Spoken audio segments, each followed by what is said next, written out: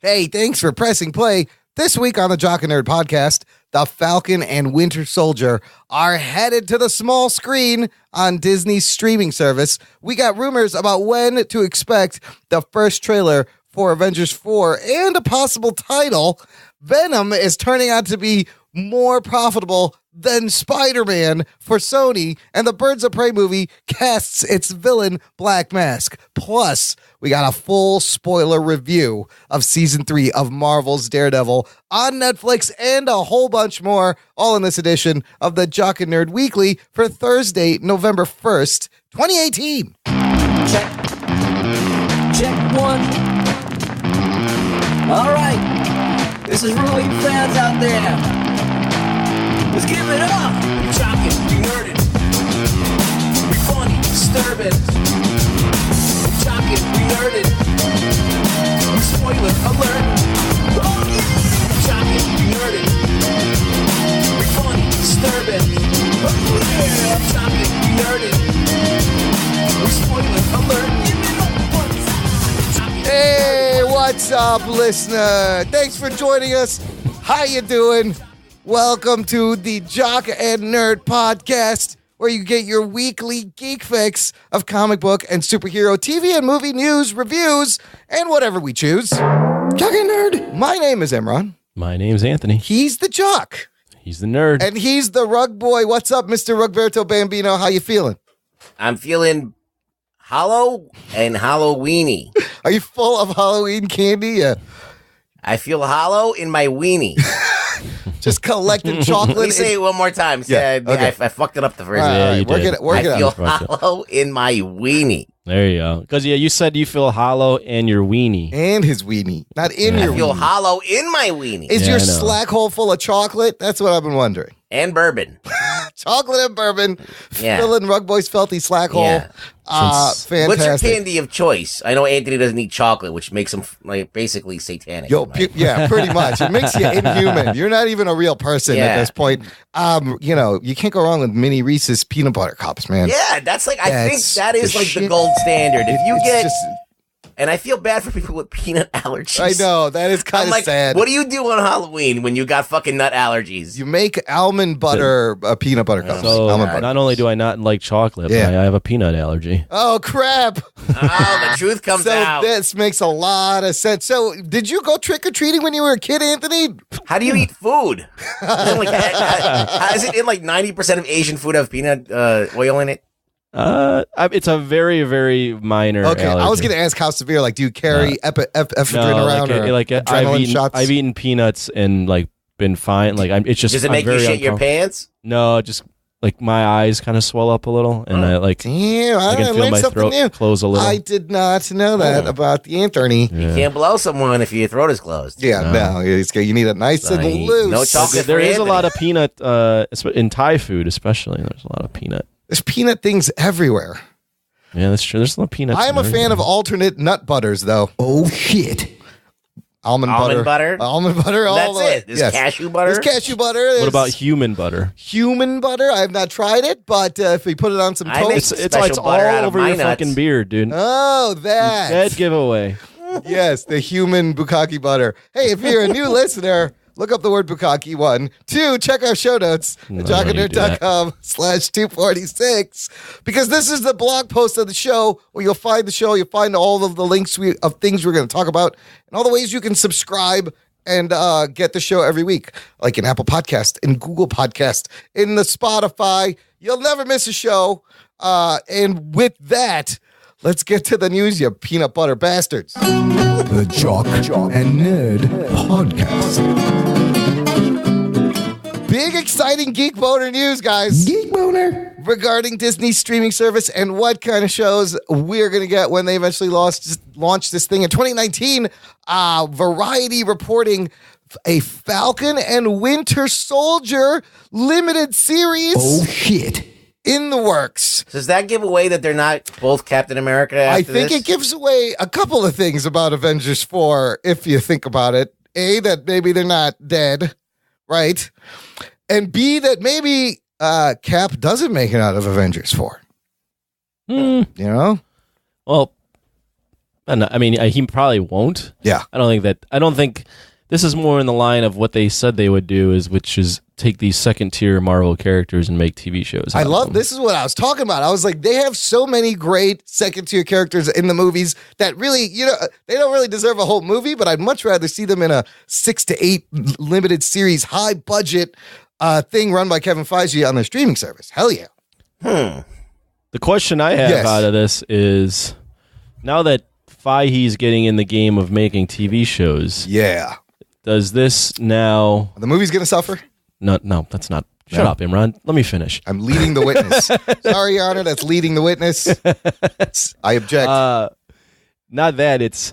Okay, now that he's in the game, does this officially now make all the TV shows not made by him or produced by him officially now out of the MCU canon? That's a good question. Because like all the Netflix stuff, all that Agents of S.H.I.E.L.D. stuff, all the Cloak and Dagger, all that bullshit. It's a one-way connection, though. So if they just cut them off, like those things they'll suffer on their own. It's not really going to affect anything else. No, I'm just saying for in the grand scheme of all the canon. Question.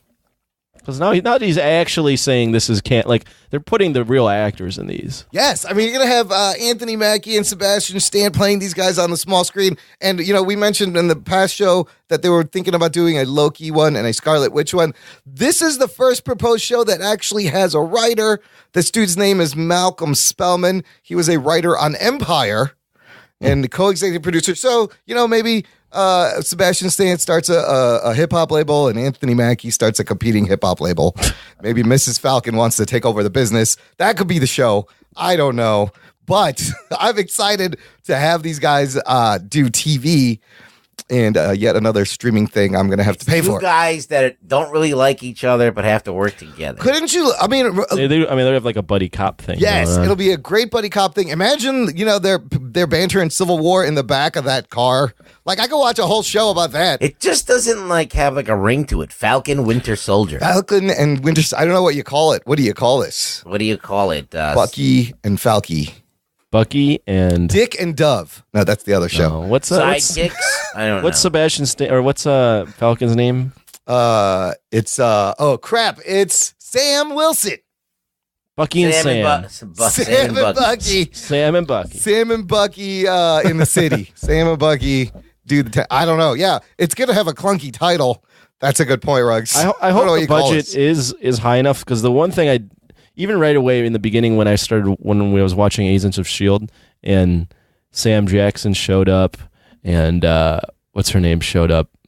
Lady Sif. Oh yeah, Jamie Alexander. They both would show up and I'd be like, oh, this adds a little credibility. But the show was so cheap looking in comparison to Marvel that I was like, this doesn't elevate it. It makes them almost look bad for appearing. They're slumming it in these shows. It looks like exactly. It looks like they're slumming it when they this is. I think so. Hopefully, this show has a good look. If Agents of S.H.I.E.L.D. looks like shit. No, and that's a TV budget, and Feige and these guys doing the streaming service aren't dumb. We already talked about how the Star Wars show, they got $100 million budget for 10 episodes. I think you're going to see a similar high-end budget, and this is going to be movie quality shit, but serialized stories, which I think works better with this kind of material.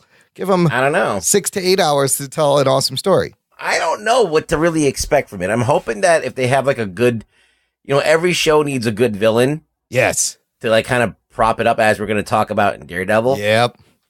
So it all depends on that, really. That really will solidify the show. What if Cap doesn't survive Avengers 4 and the show is about who gets to become the next Captain America?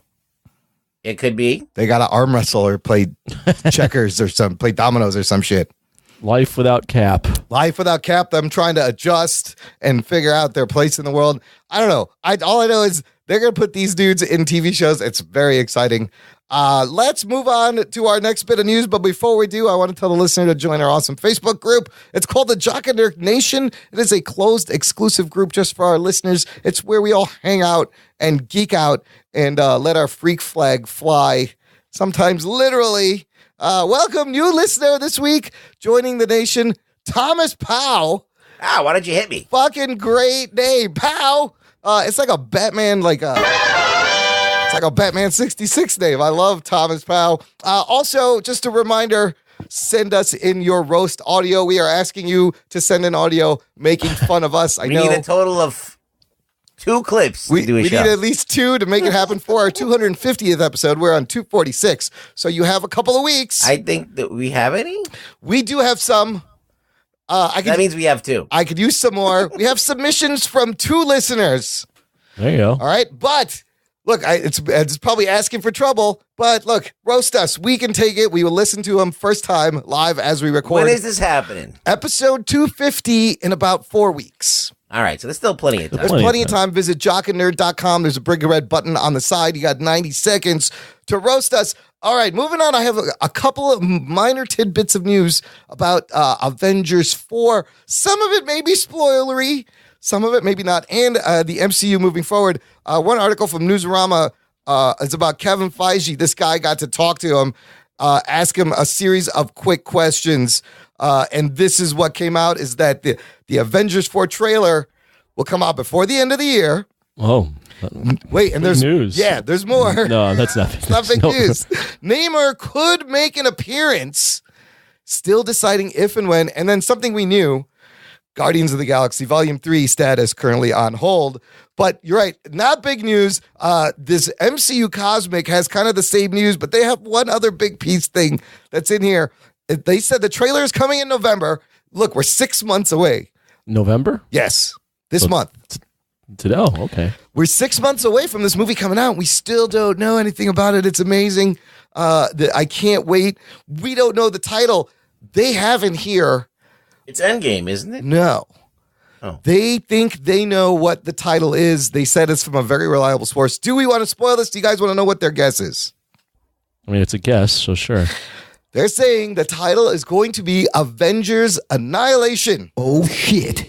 Is that a nihilist? I don't know if it's, Yeah. you Is know, that a nihil- it's not Does going to it be a have to do with nihilist. a nihilist? No. Well, in the comics, yes. But you know how these guys, they take these names. They don't have anything to do largely with the comic book story it's based That on. would be. But Annihilation seems very defeatist and What about bad. Bolivian?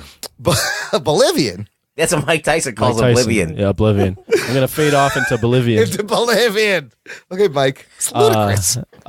Annihilation that's a good title that's a good title on its own, but when you think about like comic terms, you do think about Annihilus if you are a fan. Yeah, of I'm like, the that means a comics. nihilist is coming. But then if you are a MCU fan just of the movies and you hear this. Maybe he is in the movie.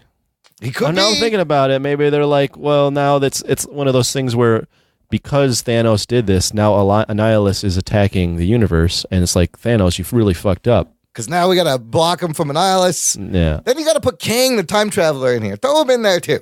Wait, no, No? not right now. Annihilation. No Kang for you. I don't know. No Kang. No Kang for you. Luke Kang. I don't know. I guess. I don't know. It's a Luke weird. Kang. Luke Kang.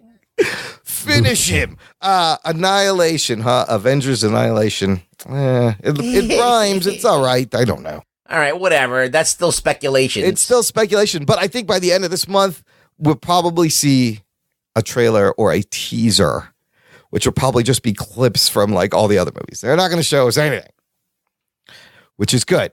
I still think they should call it Bolivian. Avengers Bolivian. Oblivion. I want to talk a little bit about this Deadpool 2 PG13 cut that's coming out. We talked about this a couple weeks ago, but I realized Ruggs wasn't on that show. I really want to get his opinions because news has come out that Ryan Reynolds was back in the suit on set with David Leitch. They filmed new scenes. I heard they're adding like 15 minutes to make this thing like a holiday thing, possibly with Fred Savage doing a whole, Princess Bride parody, bookending the movie. And I don't know who else came back to do reshoots, but Ruggs, I want to know what you think about them milking this movie for all it's worth. Are you going to see this movie? And will this be the first time we review the same movie twice in the same fucking year? I will not review this twice. No? You guys can do it. I think this is bullshit. I think this is complete bullshit. I think that they don't call it Deadpool to search for more cash. Oh, okay. They should call it. It's called like a very Deadpool Christmas or it's some holiday fucking title. Yeah, I don't know. they should have just made a PG-13 Deadpool movie to begin with. Yeah, because like I don't know, it's like the whole point of Deadpool is to not be PG-13. I think this is less riskier than them making a whole PG-13 Deadpool movie from scratch. Look, this is called weak parenting. Okay. When you're like, I'm gonna get my kid into Deadpool and like let him buy the Deadpool action figure when it's not for them. Yeah. They don't know the meaning of no, this is not for you. So, but dude, let's be honest. These kids have seen this movie. The kids that are not allowed the R-rated movies have already seen the movie. Then there's no point in making this movie. There really isn't. Like, the whole point of making this movie is this cash grab. Yeah, it is cash grab. Well, I'll jump in here. Yeah. I have the opposite opinion of Rugboy. I'm probably not gonna watch this movie in the theater. Yeah. But I have absolutely no problem with them doing a PG-13 movie during the holidays as a blatant cash grab that is self-aware that is making a PG-13 Deadpool. If it's done well, that's I will enjoy it. I'll agree. They gotta do well. I am not reviewing this again. I may go see it again. I'm gonna get a porno. Yeah. And cut out all the fucking porn. And make it like a soft R rating. Yeah, you know those like softcore porn versions of like Avengers? Yeah. I'm just gonna get one of those and cut out all the dicks and the vaginas and put that out. It's the same thing. I mean, Softcore. this is already this is $1 billion franchise. These two movies have made over $1 billion for Fox. Do you think you could still have the same edge and making it a PG-13? Or is it going to be all I weird? don't care. I just don't like the whole principle of it. I don't care how good it is either. Yeah. It could be great. And I'll admit, they did a good job. But I just think that the whole idea of it is like, I don't know. It is a weird move. And this kind of soulless. It all came out when they were moving all those dates around, when they pushed Dark Phoenix back and Alita Battle Angel and all that crazy shit. Right. And then all of a sudden they're like, we're doing this PG-13 Deadpool re-release of Deadpool 2. I don't know. I may go see it. It could be a fun holiday movie. But it is total fucking. I'm like, how much can you milk this fucking thing? Put out the same movie twice in a year, you motherfuckers. They gotta make more money. You know what else is still making money? They should definitely call it blatant cash grab. That'd be hilarious. That would be. I'd give them some credit. They got the balls to do that and just call it what it is: a Christmas cash grab. Deadpool cash grab Christmas. Your mom can't say no. The cash grab. Yes. Deadpool. The return. Your mom has to bring you to this one now. No excuses. Another movie still making money, guys. It's Venom, everyone's favorite symbiote. This is crazy. The more I think about that movie, the more I realize just how bad that movie is. Check it out. In just under a month, Ruben Fleischer's Venom has earned $187 million domestic and a whopping $508 million. And Scott Pilgrim didn't even make 30. No, didn't even make half its money back. This movie is sitting at $512. It's ridiculous. So this guy writes this article for Forbes saying basically because of the budget, this was a $100 million budget. Based on the budget, this is now more profitable than all the Spider-Man movies Sony made. And it still hasn't opened in China yet. Oh, shit. Or Japan. Wow. And it's We're wrong about this shit. Right? They're saying it's gonna hit like 600 million. So it's such a crazy movie. I know. I know. It's not even like, all right, I can understand like Jurassic World making shitloads of money. It's got like the top of the line special effects. Yes. This doesn't. All right. Yes. This does not. This doesn't even have like, I don't know, it's like B level at best. So he says Venom grossed nearly as much as Spider-Man on around half the budget. Venom is now almost certain to become more profitable than any of Sony's prior Spider-Man movies or any of the recent Daniel Craig 007 movies. That Venom is going to be like Sony's most successful movie in a long time. That's crazy. Yeah, that's bad. That's a bad sign because we're going to get... This is a sign of the apocalypse. It's Democracy Manifest. Gentlemen, this is Democracy Manifest. I got one more comment on how bad this. It's not even like this is so bad that it's good. Movie. It's literally just bad filmmaking. The entire film is bad. The only thing that's good about it is Tom Hardy knowing that he's in a bad film. Yeah, I mean Tom Hardy pretty much earned this fucking $500 million. And you probably what did you give it to? Like a 9 out of 10? No, I gave it like a 7.5. Oh my god. I loved it. You have absolutely no balls whatsoever. I enjoyed the Tom Hardy being really weird by the end of it. He kind of sucked me in. You are exactly what you are the type of guy that watches this movie and is giving this movie like all its money. Look, You go in and you go, man, that was actually not bad. I only watched it once. Wow. Clearly, I'm not the only one, though, if this thing is still fucking making money. Well, listen, there's a bunch of people that go out to movies and they don't give a fuck. They just want to be entertained that weekend. Right. I just That's if you true. want to have a good time, this movie is a good time. But it's like a forgettable good time. Now, the accolades it's getting, it's like, it's going to spawn more of It these. is. And nobody's saying it's a good movie. Literally. It's just making money. Yeah, the symbiote will spawn. There's going to be a lot more shitty Venom movies. He signed on for 3 movies. They're going to make Morbius and They're Craven. going to and- have Woody Harrelson in a bad in red a really wig. bad Ronald McDonald wig, acting like a fucking damn it. asshole. God damn it. Wow. Why? Yeah, people. I mean, same thing with the Jurassic World. We're gonna get probably a bunch more of those movies. Jurassic World's not great either. Yeah. But I mean, I feel like I liked Jurassic World more than I like Venom. What's a like, dumber I can movie, watch, though? But I can Jurassic World rewatch is It was Jurassic more of an World. experience. Yeah. And it was like that like they had the nostalgia kick of it, like being back at the park. I guess. Whereas this is just I like the this little is bit just of darkness bad. in this. The Jurassic Worlds just became like dumb. They're just like so dumb. and you don't think this is dumb? No, it's dumb. It's just not as dumb. It's like Hey, middle of the Eddie. road dumb. I was actually kind of a loser on my own planet. Eddie, I like you. Can I stick around? We're best of friends. You got any tater tots? Hey, is your mom's name Mark, though? That's Because why. that would be the best. Yeah, If we that's why they love each both other. had the same mom name. Oh god. Wouldn't that be awesome? We could really bond. Sony's gonna make a lot more shit coming up. This news, let's switch to some DCEU news, talking about shitty fucking superhero movies. This news just broke. Ewan McGregor will be playing Black Mask in the Birds of Prey movie, Geek boner. which, good casting. I like the cast of this movie already. We talked about who's in it. Mary Elizabeth Winstead Yes. as the Huntress. Journey Smollett Bell, Black Canary. Rosie Perez as Renee Montoya. Right. And Margot Robbie, of course, returning as Harley Quinn. And now you add Ewan McGregor as Black Mask. And another important piece, there's another article with the director Kathy Yan at the Chinese American Entertainment, some function. It will be R-rated. This is going to be an But not R-rated for movie. boobs. This is like a feminist film. Well, so it's actually a pretty good article. She talks about how she got the movie, and she talks that the script really attracted her. It has it's badass, it's dark, there's themes of female empowerment, it's everything she loves. So why does it need to be rated R? That's what I want to know. Well, I think that's just kind of her tone that she wants to give this movie. She said she made him a sizzle reel, and they really loved it, and they took a risk with her because she's only done like one movie that's nothing like this movie. Okay. Maybe there's gonna be some adult themes. Maybe I don't know. Maybe.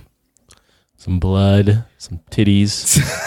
No, they're not gonna be any boobs. No, Like, I know there's no. They're boobs. not gonna be. They're gonna be all strapped out. But they'll be wearing tight-fitting penis. clothes, though. You can be they'll sure. Some penis. They better have some cock in there. It's gonna be R-rated. Yes. I want to see some man ass. Maybe it'll be bad penis, like in the comic books. Mangina. We can compare. Also, Cassandra Cain will be a half Asian character, and she will be in. Why the am I movie. half Asian? Because again, Of China? She's talking about how she has. There's like half Asian writers and the representation at this Chinese film entertainment thing. So Instead of actively going out to look for a half Asian person, Yes. just cast whoever you think is the best. And if they happen to be half Asian, okay. But maybe I don't know. it was written as a half Asian character. What Was if it's she? written Oh, maybe for the movie? is she in the comics a half Asian character? I don't remember. Ruggs, do you remember? I guess I don't have a problem with it. I'm just I wondering think if it's a that- I think curious that thing is to look correct. for. I think she Okay. is in the comics. All right. Yeah. Well, then cool. Yeah. And if I'm wrong, I'm thinking of somebody else by accident. I mean, I'm looking at a picture of the comics on this article. Yeah. and she does look Asian. Yeah, I think that's true to the comics. All right. Well, Yeah, then my question was stupid. But I like adding Ewan McGregor to this. Black Mask. Yeah. Roman Sionis, a gang guy who has just a molded black mask thing. I don't know how that thing got stuck on his face. Like Jim Carrey, the mask. Yeah. Which is also a lot like Venom is a lot like the mask also. Absolutely. Yes. The Mask is better. And that's also like the Guyver, which was The Guyver, the way you bring that up all the time. Young, what's her face? not MacGyver. I love MacGyver. Richard Dean Anderson. Cameron Diaz in Mask is like the best. Yeah. Oh, yeah. She's so She was hot. really young in that. Yeah. She was fantastic. Yeah. Fresh And just faced. so good to look at. Before Harvey Weinstein got to her. Oh, shit. Oh shit. Is that what he got to her? I don't know. Her name was in that with that thing of people who had to do stuff. Oh.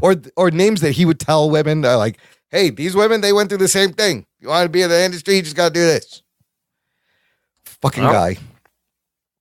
Cool. Well, it's not like he didn't make her a star. I mean, she was a bona fide star. She would have been a star. What happened to her? Got old. Yeah, I guess phased when out. you're, That's a I mean, she when still you looks get old, good. yeah, She no, still especially looks for good, women but- in the industry, it's tough. Yeah. Yeah, it's very ageist. Even for guys, it's very ageist. You gotta remain looking young. I think I'm fucking. I think kick you to the girls curb. get it Women, of course, tougher. yes, they do get it rougher. Well, it just hits them differently. Yeah, It hits them harder, I think. I mean, think guys, so, like too. the guys have to worry about going bald. That's like the biggest thing, right? Going bald and getting fat. Getting fat. Yeah, that happens. Where the girls, But- it's like you have to worry about the wrinkles right away. Yeah. Then you get into the Guys can Botox get and wrinkles facial and- reconstruction, And then as soon as they start going down that path, like there's no coming back. But- You but, start like- looking, you don't look anything like yourself. But also, like in our society, like guys getting wrinkles isn't necessarily like the worst thing in the world. No, Like, you it's look at, like, like- oh, you look old. You know, you look Distinguished. distinguished. Yeah, that's the word I was looking for. Whereas like with women getting wrinkles, and it's like you need to get rid of that. Like you need to start putting some cucumbers. Just on like your Sharon eyes. Stone in the Catwoman movie got Yeah. replaced. But you look at like wasn't old ass Sean Connery like sexiest man alive on People magazine when he was all Right. old, and they pull Like, that you shit all never the see time. like sexiest Not- woman that alive. would never happen now. You don't think so? I think it would. Like a Harrison I think Ford. back in the day, like that was cool. Like that was cool, but now everything's about youth. Like no one wants to hear about anything about anybody older than like 25. God damn it! Like everybody's Maybe too right. old. Yeah. I got two more things in the news, and then we can get to our Daredevil review. This one, I wanted to share a link that was shared with the nation by John Bellotti Jr., and the article is titled "Why AMC Isn't Worrying About Ratings for The Walking Dead." And he writes, "So every time that I hear about the ratings drop for the show, I laugh. This article pretty much states that what I've been saying in the face of people who say the show is doomed and don't work in the entertainment business." And look, I've heard every week that this show is pulling in season 1 numbers, despite it slowly. It's a little bit better than it was now that Scott Gimple is gone. There's one more episode left with Rick Grimes. It was his last 2 episodes this week, so I've been watching. It's a little bit better. I want to see how Rick Grimes goes out. But the point of this article is that this thing, they could go on for years and people will always be discovering it on streaming services. Case in point, a guy at work has just started watching it. He brings it up, and he's like bringing up things. He's like, "Oh man, what's his name? Daryl, almost got killed." But I'm like, when "What the first episode season. is that?" Yeah. He's like the second season. Oh, I'm like, like, I don't "Oh my remember. It god!" reminds me of Lost when Yes. people started watching that late. Right. And you're They're like, watching yeah, it on yeah. DVD. So I'm like, that's great, dude. You got to like good 5 or 6 seasons of the show before it kind of Yeah. shits the bed. But they could literally keep making. They said that they have plans to make this Walking Dead for like 10 years. They have 10 years of content, and it's still the highest rated thing on AMC for them. It doesn't matter if the ratings have dropped because people will always be binging this show from the beginning, and I forget about that. And I'm like, yeah, fuck. It doesn't matter what the ratings are. I think it's just keep pumping this shit out. Well, I mean, it does matter what. I mean, they should have stopped making them, but they're not going to. It's the top rated thing on that network. It still so. is the top rated thing, even though it's got pulling in about 5 million viewers live, but then they people can't- catch up. I mean, if you Yeah, had they're- any decency, Just kill it. They're not. I mean, but let's be honest. They're not happy that they've lost 10 million viewers. Sure. This No one's show happy used to have do that. 20 million an episode at its height. Yeah, you can't. You're not happy when you No. lose that many people. well, now there's other shit that's on. It's on Netflix. So this seems to me Sabrina this is and- very spin zony, like Fox The News, Haunting. like very spin zony. The way this is. What, the low ratings?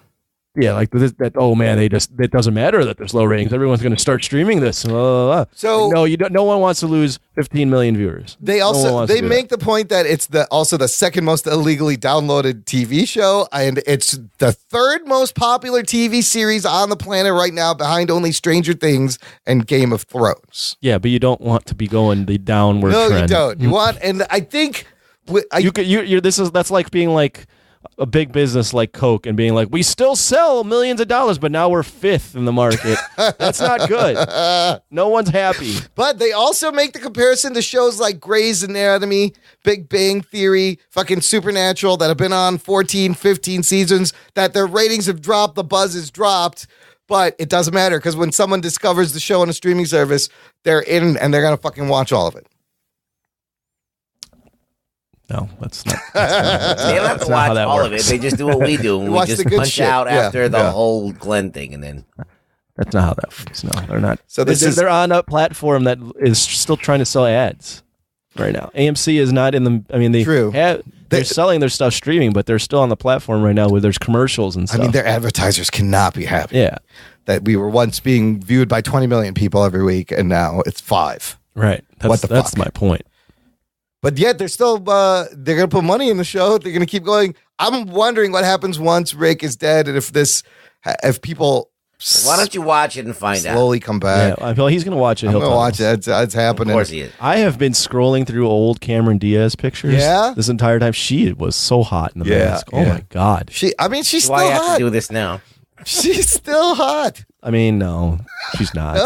No, I mean, Anthony. let's not beat around the bush. Cameron Diaz she's a now, lot older, and she is not. I don't find her as attractive because she is older. Well, okay, fair enough. So that's it. But young Cameron Diaz was. You could still say that. Yes. Young She got Cameron older. Diaz was the thing of Spank Bank Dreams. She was hot, man. That's for sure. Was that her first movie, The Mask? She must have been really young. Oh, that was her. Yeah, that was her like breakthrough role. Yeah. Fucking Jim Carrey. Yeah. See, and Jim Carrey now looks old and distinguished, and he's got like a Showtime show. But let's look up old Jim Carrey. At the same time, Cameron Diaz doesn't Jim Carrey do it looks like shit for Anthony. You think he looks like shit? Yeah, he looks old as shit. God damn. I can't believe, like, I watched this guy. Age sucks. Yeah, because I remember him on In Living Color 25 years ago. Young, fresh-faced Jim Carrey. Well, the only old dude that looks good is still like Denzel looks pretty good. Yeah. When Will Smith, like, you gotta like have some black don't crack. Black don't crack for a reason. That's what happens. Or like Filipino Asian genes also. Yeah, Asian genes. You guys have really good genes. The white. Anthony will be fine. The white becomes fucking parchment paper. Well, you just have to stay out of the sun all the time if you're Caucasian. Yeah. That's all. Carry around an umbrella. And the thing like is, Michael like, Jackson. you put in Botox and stuff, and you don't look normal anymore either. Doesn't look real. You blew it. Yes, doesn't work. Okay, last bit of news. This is for you Godzilla nerds, fans, and experts. You can become an official Godzilla expert. Oh shit! Talking nerd. Does that mean they can never touch a woman again? Probably. I think that's one of the. If I get certified in Godzilla, does that mean that I'll never see? You have the power of never getting laid. This is from Crunchyroll. Monster nerds can prove their knowledge with the first annual Godzilla certification exams created by Toho Studios. They're offering beginner and intermediate level exams in Tokyo and Osaka on March 10th, 2019. Now, this is all to set up Godzilla's 65th anniversary. And I don't understand why I want to take a test about Godzilla. Well, I don't know, but here's the deal. To prove that I'm a nerd? It's only $45 for the beginning level exam. Why would I pay for this? And $53 for the intermediate level exam. But Anthony, would you even fucking ever dream of it? I'm not paying to test my knowledge. Yeah, I would do it for bragging rights for free. Give it to me for free. Okay, here's what's kind of in the test. Let me know if you guys can handle this. All right? The beginner level exam features multiple choice questions taken from the Godzilla Exams official textbook published by Takarajimasa, as well as questions pertaining to the original 1954 Gojira film and 2016's Shin Godzilla. I predict I'll get nothing on this test. That's the beginner level. I'm not a real fan. Could you handle that, Anthony? Would you be able to answer questions? In 2016, you'd you might stump me on some stuff. 1954, I might be able to hang. All right, so if you can pass that one, the the book, I don't know what the fuck that book is. The No. intermediate level exam features multiple choice questions taken from that same book, Godzilla Exam's official text, as well as all 29 of the Godzilla films produced in Japan. Oh, shit. To earn a passing grade and There's no way I'd even get close to passing this. If you get to get a passing grade and receive an official certificate, yes. Geek boner. Those who take the test must answer at least 65% of the questions correctly for the beginning level exam, or at least 70% for intermediate. Additionally, limited edition character goods will be available for purchase at the test-taking venues. Wow, who would Bilotti could nail this? Let me. Bilotti knows a lot more than I do. I would say this. Not that anyone gives a fuck about my Godzilla knowledge, but I don't know the actors and the actresses and like a lot of the behind the scenes stuff. I know like tidbits of that. Yeah. If you ask me about plot points and things in the movie, I will nail all that. Or like what the kaiju are like, I'll nail that. I wonder what these like questions the actual would be. what's in the movie, I can hang. If it's behind the scenes, It's the I'm not good. minutia. I don't know any of that shit. I don't care to know. Listener, if you know Godzilla, you can take it at the send in your application to a special website. I think you got to get to Tokyo somehow. This is such a fucking scam. But wouldn't it be cool to have an official certificate from Toho it wouldn't. in Japanese? bad. I defy anyone to explain to me in a way that I would want. Like, this has to give me some kind of a perk, right? Like to have the certification, right? Then you can What does talk. that mean? Means then you can talk shit about Godzilla, and nobody can be like, "I have a certificate. I know what I'm talking about." This is such a fucking. That's meaningless too, It's because so- just but, because you you have know, a certificate and you know stuff. The doesn't mean entry you fee get is it so out of your cheap ass. too, which is really weird. It's like $45. I wouldn't do that. That is not cheap. No, That's just bullshit. I thought it would be a lot more. No, it should be this bullshit. I don't know. And it must be like I don't know. Maybe Japan like this is cool. This is such bullshit. Toho, what the fuck? You guys this would is be excited to This be- is like even more of a No, they clear money. understand. Look, dude, they understand their audience. The audience are a bunch of They're weirdos. nerds. They want to be. Yeah. They want to be known So they're as the gonna one. be into this shit. This is even more of a clear money grab than Deadpool 2 being released on Christmas with a PG-13 version. Yes. We made a test. Here's how much it's going to cost. Yeah, but they Take know the their test. they know their audience. They're like, well, I know more about Yeah. Godzilla than you, and I can tell you that 1998 sucks. I'm telling you, having been to 3 G-Fest now, I'm sure a bunch of people would want to be like, I'm the one. I got to next Listen, year at if you really love G-Fest. Godzilla, I literally love Godzilla, but I got a life too. You could be a monster nerd. I do things. I have other things in my life. We do things too, like take breaks in the middle of the show to play promos of other shows, like what we're going to do right now. And we'll be back with Daredevil Season 3 spoiler review right after this. After these messages, we'll be right back. Hey, listener, Dutch here from Voice from the Underground, the podcast. My co-host and I want to invite you to check out our little corner of the podcast verse. At Voice from the Underground, we talk about all the crazy happening around us and try to make a little bit of sense out of the nonsense with little to no results. If the idea of hearing 3 semi-intelligent, outspoken nerds talk about politics, social issues, current events, sports, movies, pretty much anything that we decide to talk about because, well, it's our show, appeals to you, grab your shovel and come on down to the underground, and then consult a qualified psychotherapist. Find us wherever you get your podcasts, just not where you buy your weed. Voice from the Underground. Hey, my name's Paul, and I'm not an animal expert. I'm Donna, and I'm not an animal expert either. And together we do a podcast about animals called Varmints. Every week we pick an animal, do a bunch of research on it, and bring you some interesting facts about that animal. But we don't stop there. We talk about that animal in movies, TV, and other pop culture. And we talk about whether or not that animal would make a tasty dish, and how intelligent we think it is on the scale of 1 to 10. It's exactly like one of those fancy PBS nature documentaries. Except with more poo jokes. New episodes go live every Thursday wherever you find your favorite podcasts. Or you can visit us at blazingcariboustudios.com. Varmints! Varmints!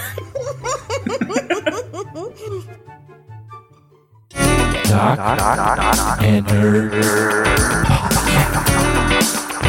Listener, I want you to know we have a really awesome fan club that you can join. Sign up today. Visit jockandnerd.com/Patreon. It's free. It's not free. What? Oh.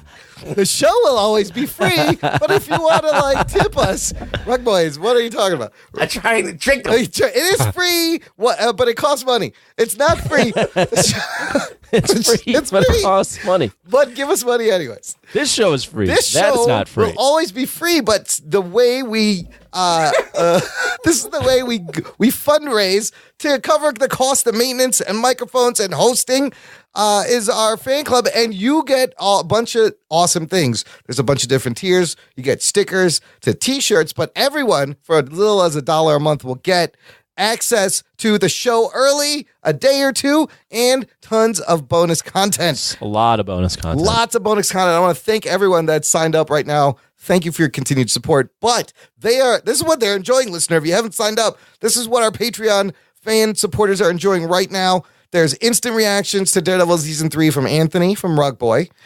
I did something different. I did a fight scene commentary track for that episode 4 fight scene. Whoa. It was funny. I always wanted to try that, and I was like, fuck it, I'm just going to do, so you can hear it in the background, you can play along with it, and it's just like my observations while watching the fight scene, because I love that fight scene. I watched it twice. So that was fun, and you guys, maybe we should do like full commentary tracks for Patreon. They're kind of fun to do. There's also a new episode of Jock Talk with Anthony and Chaz. Hey, shut the fuck up. I'm doing something. And then that's not it. There's more. A full bonus episode. We have fulfilled Wes Cranford, our listener, the Yank from Down Under from Australia. His Patreon pick was Scott Pilgrim versus the World from 2010. Full review of the movie in the feed. I'll give you one spoiler. Not all of us were fans of the movie. Oh, shit. You're going to have to sign up and figure out who didn't like it. It's $12 a year if you do on the cheap. That's it. And really, it's practically free. Listen, okay? if you break it down per show, it's like a quarter a show. We do a weekly show. Sometimes it's even less when you get 5 shows in a month. Start at $1, build your way up. You can even. You know who should be contributing? Who should? The only time I'll call someone out. Okay, do it, Anthony. Fiddlesticks Winterbottom. The third. Fiddlesticks. Fiddlesticks. Maybe consider it. I think you would really enjoy. I think you the would bonus enjoy content. it. There's a lot of great stuff on. You enjoy the page. It seems like you enjoy the show. I think you would enjoy the bonus content. Now, if you can't afford $1 a month, I understand. No, I don't. Matty understand. James. Matt J. Miller is. He gives us money. He is a patron. Oh, he does? He is a fan club member. Sign up. Visit jockandnerd.com/Patreon for all the details. Let's get into our Daredevil Season 3 on Netflix review. Here's your spoilers. Strap yourselves in, you fucks. Spoiler time. Finally, we get the long-awaited Season 3 out. Something I didn't know about all these 3 seasons, they all had different showrunners and writing staffs every season of Daredevil. Yeah, it shows. And it does kind of show. This one, showrunner Eric Olson running the show, and, you know, reading interviews before, he wanted to make it feel a lot like the first season.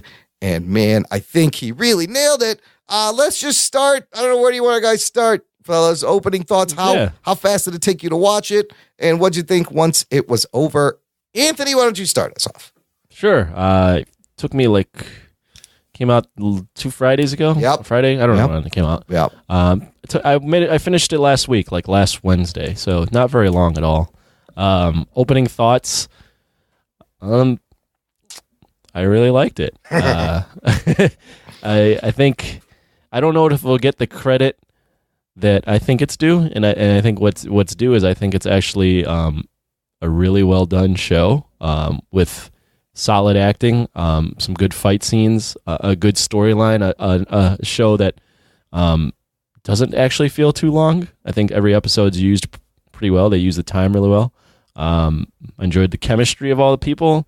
Overall, I think it's actually a really, really good show, and I enjoyed watching it. I have some criticisms here and there, but I enjoyed everything, mostly everything about it, really. And and there's a lot of stuff that I'll get into as far as the Catholicism things. Yeah, that I really enjoyed as well, because you were raised Catholic. You were raised Catholic. Yeah, I was raised Catholic. Also, the some of the themes I really enjoyed about those who are close to you, and if that's a weakness or a strength. So we can get into that stuff. There's overall, really enjoy the show. They hit all the themes. Ruggs, what'd you think once the show ended?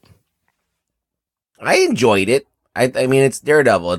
The brand is strong. Like, it's first season was good, second season was good, and this was also good. I feel like this felt the least like a superhero show. Yeah. More like a crime drama thriller. Yeah. There were a few good fight scenes and some that were a little bit kind of sketchy. Just with stuntmen being very visible. Yeah, we'll get to that. And with that said, I did enjoy all the performances. I enjoyed the writing. I enjoyed Wilson Fisk, just basically what makes this show. And it's the genius of the character and the acting of now I'm drawing a blank. Vincent D'Onofrio. Vincent D'Onofrio. I always do that. I can never remember the actor's name. Anyway, that's why I'm here, Rux. That's okay. Yeah, that's I'm the one that but helped him he out was there. so good, and his whole and the way that they wrote him was so good that it was very compelling. I was like, okay, I want to know what happens next, and how the fuck is he gonna fuck over this guy? Yeah, and so I had a good experience overall. Yeah, I mean, I agree with everything you guys say. I really felt like this was a return to form. It reminded me of season 1, visually in a lot of ways, as well as thematically. Visually being, he doesn't wear his fucking suit for the whole season. Just like in the first season, he's in the black costume. But this is a fucking compelling crime drama, really well written. And I love that it was a standalone story. I think what hurt some of the past season was trying to set up Defenders and other things, and this was like, fuck everyone else in this universe, we're gonna get back to these characters. And all the characters were so well acted and well written, and the storylines were so satisfying, even from the new ones to the returning characters. Just solid. And I thought the pacing was a little bit better. While it didn't seem to drag, I feel like there was one episode that seemed a little bit filler, but that was more in terms of like letting you breathe as a viewer. Like every episode can't be super fucking crazy, so there was like one, let's calm down, reset, and but man, just great seeing everybody back. I think the way I wanted to talk about the season is maybe first breaking down the characters, what they went through, and then we could talk about like the fight scenes and the action, because like you said, Anthony, top notch, everything from the themes to the fight choreography to the performances, like just so well done. You want to start? Let's start with Karen Page. What?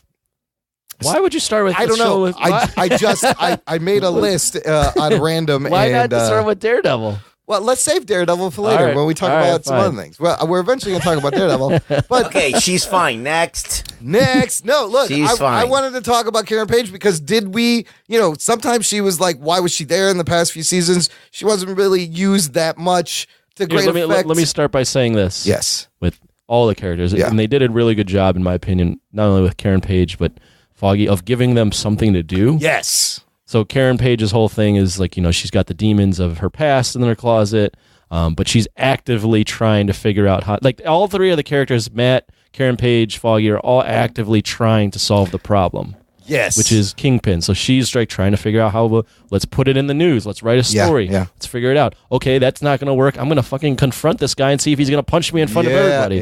So like they're all actively doing stuff. So I liked Karen Page. I really enjoyed the episode where we like learn about her. Her backstory was great because it brings in. I fast forwarded through that. Really? Because it's a lot. I thought it was great. It brings in the Karen Page from the comics, who's like a ex-heroin addict, and she has a really messed up background, and they hinted at that, but we finally got to see like just the fact that she. I like what you said is.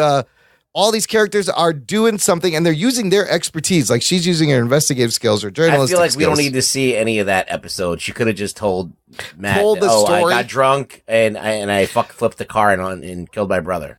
She could tell us that, but I liked seeing it. And it made me be like, oh, that's why she's kind of a tougher character than you would think. Where she came from. She used to be a fucked up, just drunk, addicted to drugs.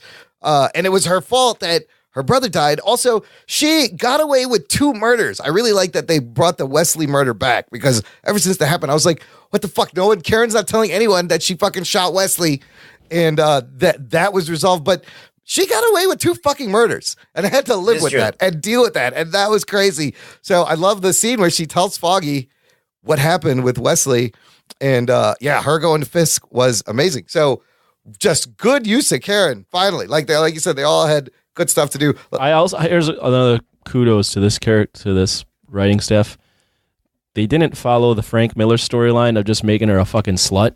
Yes, prostitute. Like they're like, okay, we don't need to do that to give her some like shady history. She has agency of her own. She's made these mistakes. Well, also she's like, was into drugs and like was obviously hanging out with maybe the wrong guy. And even the guy she's hanging out with, he's not like the best character, but he's not like absolutely evil and anything like that either. So I thought they gave her some good gray. Yeah, it was more like realistic gray area. That would have been like way over the top if she just was like a straight up prostitute heroin addict. Yeah. And then all of a sudden she's just like this different person. Yeah. Really, I mean, very new. Like all the writing and her performance is very nuanced, very well done, dude. Like the way she I love how she gave away, just like in the comics, she tells Fisk that Matt is Daredevil, but the way they did it in the show was fucking great. It was without her saying anything. And just getting caught in Wilson Fisk's like manipulation. Oh, yeah, I thought she was able to hang with Vincent D'Onofrio in that scene really well. Yeah. Well, you go up against that guy being the kingpin, like you got to be intimidated. Speaking of which, let's talk about fucking how awesome he was. We got to see Fisk in the white suit. He had shit on everyone. It was so fucking great how you couldn't turn and you realize that he's set all the shit up from the beginning. I think that what happened is at a certain point in time, it got a little out of control. Yeah. Where he was like, everybody was under his grasp, like every single person. And I was like, whoa, this is a little much.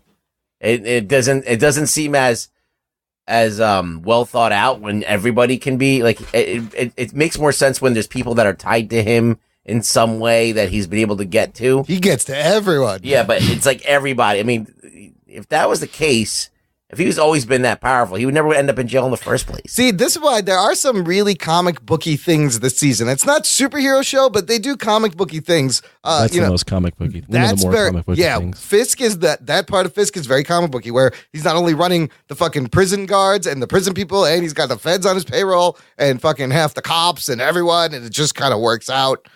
I mean, he's like everybody in the jail is beating him up. Yeah, everybody's on his payroll. You can't turn. It is quite unrealistic in that he has everything. Yes. He literally can do anything he wants. But it did add to the sense of like, God damn, how are they going to beat this guy? Right? Yeah, it made him unbeatable. Because it made him like very hard. He was always 7 steps ahead of him. Every time they had one lead, they had one guy, and Fisk would take that guy out. Also, think about it. He just wanted to do 3 things in this show, and he does them. He wanted to get out of prison, he wanted to marry Vanessa, and he wanted to restore his reputation, and he fucking does. He is successful. He gets away with his plan for the most part on all 3 counts, and he even does like a Trump thing and like turns the media around, on itself and calls them out for printing lies and shit. So I love a little bit they were diving into that. But his whole thing, this is all just for Vanessa. That's straight from the comic book too, and I love that that was his motivation. What do you think? He of actually that? felt the Vanessa? Yeah. I mean, that kind of ties into one of the bigger themes of the show, which is a family, and if they make you weak or strong. So like in the Matt Murdock's like pushing away Foggy and what's his face. Karen Page, yeah. And then like he realizes he needs them, and that makes him stronger. For Wilson Fisk, Vanessa almost kind of makes him weak. Like that's his one weakness. Yeah, he gives in. He gives in to her, and she's fucking ruthless too. Yeah, she gets right in. She's like, I'm going to be in this. She's like, I need to be all the way. I'm going to sit here. And I think we need to get rid of Nadine. Yes, he was going to let him go. And she's like, nah, he's a loose thread. I don't like loose threads. You should probably kill. I was like, fuck. She didn't waste no time. Imagine he's in jail and she's running his whole fucking empire now. That would be amazing. She's okay, I'd rather him be running the empire. Yes. But she's vicious on her own. What do we think of what else we got about Wilson Fisk? Having him back on the show full time, it just takes a show up. Like for me, season 2 was good. I enjoyed it, but it didn't have that villain that I was like hooked onto. Like I didn't particularly care for the Japanese guy. What was his name? Nobu. Nobu. Yeah, like Nobu didn't do it for me. So having Wilson Fat, wow, Wilson Fat Fisk. He is fat. Wilson Fisk back, full time, was nice to see.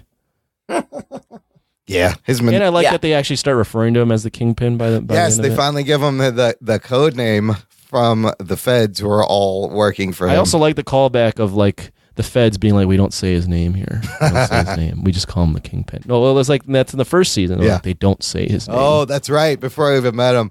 Yeah. And then just like the first season, like we got to wait till the last episode for him to fucking throw down with Daredevil. Actually. Go ahead. No, I mean, this fight was a lot more brutal. Yes, than the first season where he had gotten a suit and it was really short. Yeah. This fucking fight like was bloody. And he was, and Bullseye was involved. Yeah. Let's talk about Agent Ray Nadeem, because a new character, and in the beginning you start watching, like if you didn't know already that Wilson Bethel was going to be Bullseye, you would have thought this guy was going to get turned. It was swervy. It was swervy, but so many things I love about Ray Nadeem. First of all, just an Indian American family, just without being too, I love that it's a fucking Indian family. And I understood, like, when they were speaking Urdu a little bit. Like, I understood what they're saying. I was like, oh shit, they're speaking Urdu. But this guy goes through a whole arc, and there are times you don't know if he's smart enough, if he knows he's being played, and he tries to do the right thing the whole time to the very end. The only guy, I think a lot of it was his own, like, vanity. Or what do you call it? Well, he needed the money also, remember? Yeah. And that was all because of, wasn't that because of Wilson Fisk too? Like, he had started it was his pride. that. Like, he didn't want to be, like, he finally got a shot to do something. Right. And, it was about going down the toilet, and he didn't want it to be that way. Because he would. So he was, like, hoping against hope that he was right. And most people. And he also, like, was hoping that, like, not hoping, but he was kind of confident in the fact that, like, I'm the shit. I got through to Wilson Fisk. This was all because of me. He's talking to me. So it's like a little bit of pride, I guess. Yeah. Was his sin. Yeah. And I mean, he gets sucked in and he watches people get murdered right in front of him. And I love that scene at the end where he calls his kid and he's like, look, you're going to hear things about me. It's not true. He's like, I didn't do anything bad, but also I didn't stop them from doing bad things in front of me. And I just really felt for the guy, man. It was that was an amazing sacrifice at the end. It's just a great, full, fleshed out, great character arc for Ray Nadeem. I was really surprised at how good that was. Yeah, I enjoyed it. I mean, in the beginning, I was like, is he in on this? Like, is he a bad guy? And then you slowly start to realize he's not the bad guy. Yeah. I mean, I enjoyed his arc in the beginning. Like I said, in the beginning, it was a little like, is he just They framed him up. Yeah. They framed him up like to be. I mean, the writers framed him up to like be like you don't know where he is actually coming from. Right. But I liked his arc. I liked that. My favorite scene with him is when him and Daredevil are talking like as Matt Murdock. Yeah. Before they're about to go to court, and he's like, "So why are we like? You did all this?" And he's like, "Why? Like, so what are we doing? What are we here for?" And then he just screams, "He's like, I took the bait." Yeah. He's like, I didn't want my kid to just think that I was just some regular federal agent. Yeah. And I was like, oh, I can kind of relate to that. Like he's trying, not that I have kids, but I'm just like, that's something where it's like, he wants to live, like he wants to be the hero for his son at all times. He had pride. Yeah. And his pride was his downfall because, they were, obviously he was set up by Kingpin, but the money was going away. And even like in the beginning, like he's like, oh, you want a pool in the backyard? It's coming. Yeah. Like, I'm bringing it. Yeah. Like, he's always delivering for his child, so he never wanted to let his kid down. So did Fisk even do that? Like make him lose money before so that he would be forced into this position? Like everything. No, he's the one that canceled. He had hands in the insurance and it was like his sister-in-law. Yes, they wouldn't let her. Yeah, let it get manipulated him into with the illness. This motherfucker had everything. They said that he'd been watching. He had his eye on him for a year. That's right. They even wanted to see if he could flip him. Right. Yeah, great. I mean, it was. I'm kind of glad he did get killed at the end, like because they could have left it where he was alive, but I think they wrote it to a point where he had died. Yeah, he had that. He had just done too much, too many bad things. Yeah, and it was catching up with him. And like the thing is, if they let him live, like he lives long enough to see himself become the villain. Whereas if he dies, that's a heroic thing for him. That's true. Also, though, the irony is, if Fisk didn't kill Nadim, that deathbed confessional video wouldn't have stuck. So, had they not killed him, that video wouldn't have been shit, and it would have done nothing, and they would still be banked on the death. Yeah, amazing. It's so well done. All right, let's move on to probably everybody's favorite fucking character this season. It definitely was mine, Agent Ben Poindexter, who will be Bullseye. They never called him Bullseye, but you got hints of the logo. And I mean, you got the logo when he was a child. You got the logo in his hat. baseball league, and Wilson Bethel playing him. Amazing. You see an FBI agent turn into unleash the psychopath within. I loved everything about this fucking origin story. I thought it was spaced out really well. That episode where Fisk is reading his files and you see his life and you see that's a great episode. Dude, that is fantastic. You see the fact that this is Matt. This is a parallel to Matt. Matt could have went bad this way. Right. Like they had the same upbringing. They were both. That was beautifully done. Yeah, it was so. Yeah, let me comment on that real quick. Is like that was one of the things where I'm like, okay, this show, like the showrunners and whoever decided to direct that episode, like they didn't have to do that. They didn't have to like tell the story the way they told it, but they went and like they told it in a different way where it's like in Fisk's house in black and white with him reading it and being there, seeing it, and it's like that's a cool risk. Yeah. Like they tried something there. Like there's no reason for them to have to do that. Like they could have easily just done a standard flashback. They could have done a flashback, absolutely, and it would have been fine. Yeah. Like the story still would have been fine. But they went and they tried something there. That's where I'm like, this show gets elevated a little bit because they're actually trying different things and it's working on screen. And you see Fisk like figuring him out and really studying who he is, and you see the gears working. Well, he needed him as a tool. Yes, but he needed to know what makes him He needed to figure out how to get him in his grasp. Yes, he needed to know what to say to him in order to manipulate him. That's right. Well, the thing too that's cool about that is that's a sign of Fisk's kind of hubris. Is he's like, I can control anybody if I just get to them early enough and say the right things. And in a sense, he can, but he played his hand too much here. He got a wild card in fucking Dex. Yes. And that guy turns on him by the end. Well, because of Matt and all of them, like kind of. I think it would have been inevitable. Like I think Dex inevitably would have turned on him because he's just fucking insane. But they did what Wilson Fisk was doing back to him, and turned him around. But he was like he got the girl the job there. He was controlling everything, losing that North Star that he needed. Those fucking tapes were so creepy. Like I'm like, this fucking kid is a psychopath. She writes it down on the page, psychopath, and he's like, I didn't feel bad about killing the squirrels.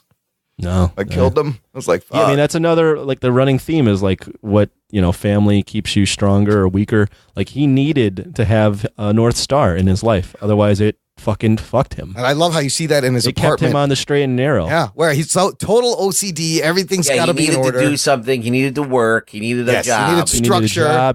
He needed a person. Yeah. Even him like creepily watching that girl and eating the same pizza. Yeah. That kept him like sane, almost in line in check. a little bit. Yeah. In his head. And then it gave him something to concentrate on. Right. And then Fisk is like, I can be your person and I'm going to do that. But he fucked up and killed the girl that he was obsessed with.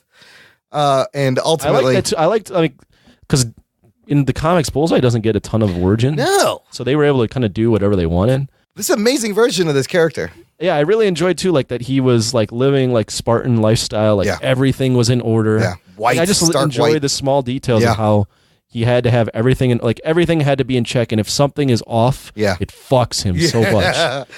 And then I really enjoyed too, like every time he like met somebody, they would always revert back to the line. He's like, that's hard. That must be really hard. Yeah, what he learned, because he has no empathy whatsoever, but he's been trained to say this over and over. The fake empathy. Yeah. He's like, just say this. People, that's what people want to hear. He was my favorite character in the show. God, so, and like you knew when he was going to break down how much of a psycho he was going to be, and you slowly saw him break down and become this character. I also liked that, like, every time he would show up on screen and he was getting crazy, you could hear, like, the bee music. Yes, there was buzzing, like in his head. My God. And you would hear the voices and the quotes would be, like, repeated in his head.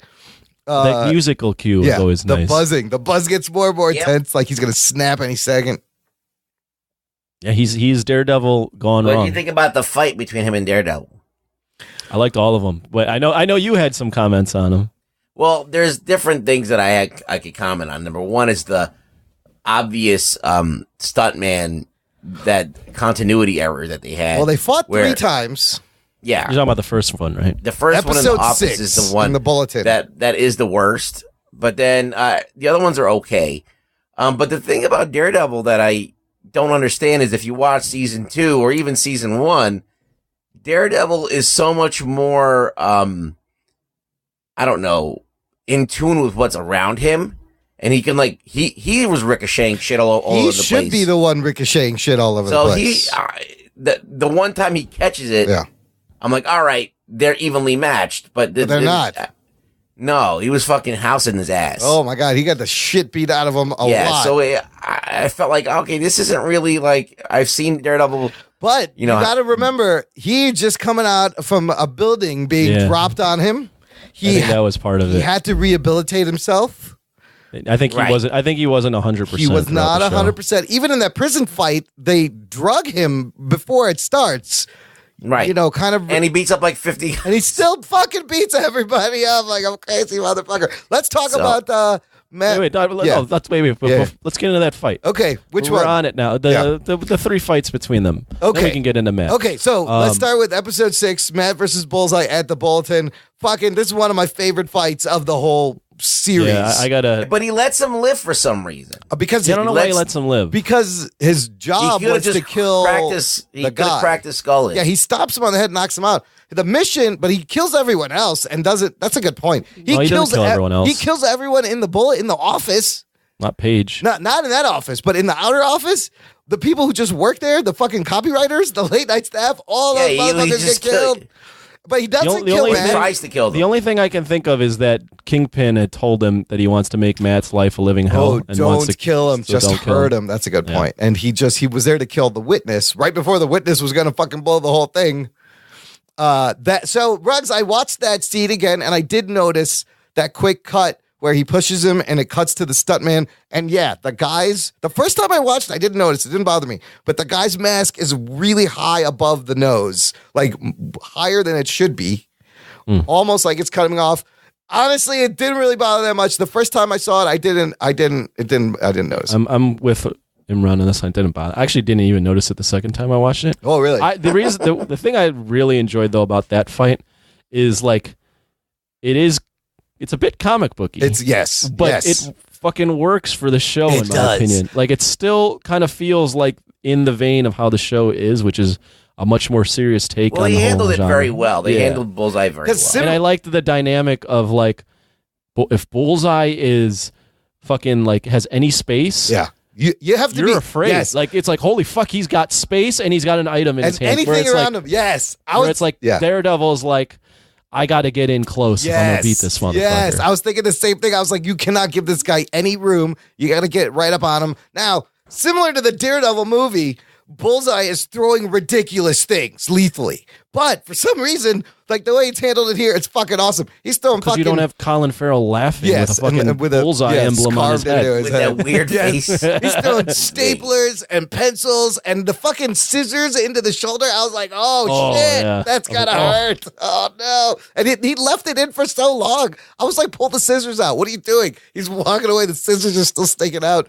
But man, he owned him. He bounced that baseball on the corner, got him right in the head. They did laughed. a good job in those fights, all of them, really, of telling story through the fight, which is, the way that these people are. Like Daredevil has to get in close. Bullseye is fucking lead. Like, this is storytelling through action, which I enjoyed. It's so well a lot done. more. And I like the kind of, like, every time Bullseye's fighting him, he's in the Daredevil costume, so it's literally him fighting Matt himself, fighting the devil himself. Fighting his inner demon and actual demon. Right. And the second time they fight is episode 10 when in the church where he goes. That for me was harrowing too, because he like kills a couple people or beats some people up right when he walks in, and then they're like, this is like the redemption for the church fight in Daredevil, where it like was, oh my god, that's a CGI fest, and this one was like again. And I enjoyed the fact that Matt's got the ropes around his arms, like that's straight up Muay Thai. So let me ask you about that. The question that I had about that too was like, what happened to his old black suit? Is it gone? Was it? What I remember what happened. Isn't to that it. what? I think he's just, I think it's gone. He's just wearing whatever. So, I think he's just wearing the black stuff. I remember in the first season, he was like getting more armor on his sleeves, and he was whatever. And like, I just didn't get like the fact that he was using this white thing underneath it. That looked weird. Weird. What was that? It didn't make any sense. I don't know. It was a weird choice. I loved just the sash tied around, and he had that thin armor underneath the suit. So Anthony, let me ask you about that, because I love that. That detail was really cool. All the stuff in the boxing ring was cool, but in Muay Thai they tie ropes to give you more weight and momentum and more damage. It's like brass knuckles or something. Yeah, I mean, it's like you're getting hit with like a fucking brick. It's basically so your arms don't snap. Yeah. And it like hurts on the other end. Sure, because you fucking those giant ropes and all that momentum. That was fucking amazing. Like, it just looked very cool. It's fucking brutal. Like, and then that's where the father dies by saving Karen Page, which is like Matt's father figure, or whatever his name was, the priest. And then the last time they fight, episode 13, the last episode, it's a fucking three-way fight. And it's an amazing fight. You got Matt fighting Bullseye, fighting Fisk. There are times when Matt is saving Vanessa. But it was kind of like upsetting that Fisk is the one who puts him down. Yeah, he does. He picks him up, and that's true. After all the punishment he gave Matt, Fisk breaks his back against the wall. Yeah, like in the comics. Like Daredevil doesn't get really any kind of comeuppance. Like he doesn't get Bullseye, and when he finally gets Fisk, he doesn't kill him or he has to. But it's all he restrains himself. It's all about these kind of sacrifices. But I love that like Matt and Fisk had to team up to protect Vanessa, but then Matt and Wilson are fighting, and Bullseye and Fisk are fighting, and then Matt versus Bullseye. Holy shit! I even love the little touch where Dex he grabs the chandelier glass from the fucking chandelier. Oh yeah. And I was like, holy shit, that's deadly. That'll kill a motherfucker. When those shouldn't be hanging there. Anytime Dex was on screen and he was like full on Bullseye grabbing items or like anything he had something, I was like, oh my God, like he's fucking scary. Like, how would you deal with that in real life if any item he had in his hand became a deadly weapon? I was like, this character, like in the comics, is like kind of like that's kind of lame that you can just be that accurate. Yep. But like on screen, the way they wrote it, I don't know, it really worked for me. I also enjoy the fact that Matt is back in the black costume, not only because I just like that better, but I read this somewhere. His whole appeal is that he kind of gets his ass kicked a lot. Yeah. And like when he's wearing the other suit, I think it's just too much armar on him. Yeah, I like him better when he's more sleek. I like when he's smaller. I just like it that I like that he just can get punched in the face. That's a good point. And he just keeps getting up. It is a little bit too armory and chunky, and it just like it suddenly seems out of place. I like the black suit from season 1. The black suit is great towards the end when he kind of has a couple of pieces of armor on. Because remember the Defenders? Like it was just odd that he had this fully realized suit, and nobody else was wearing a fucking costume. They fucked him in Defenders by not putting anyone else in the suit.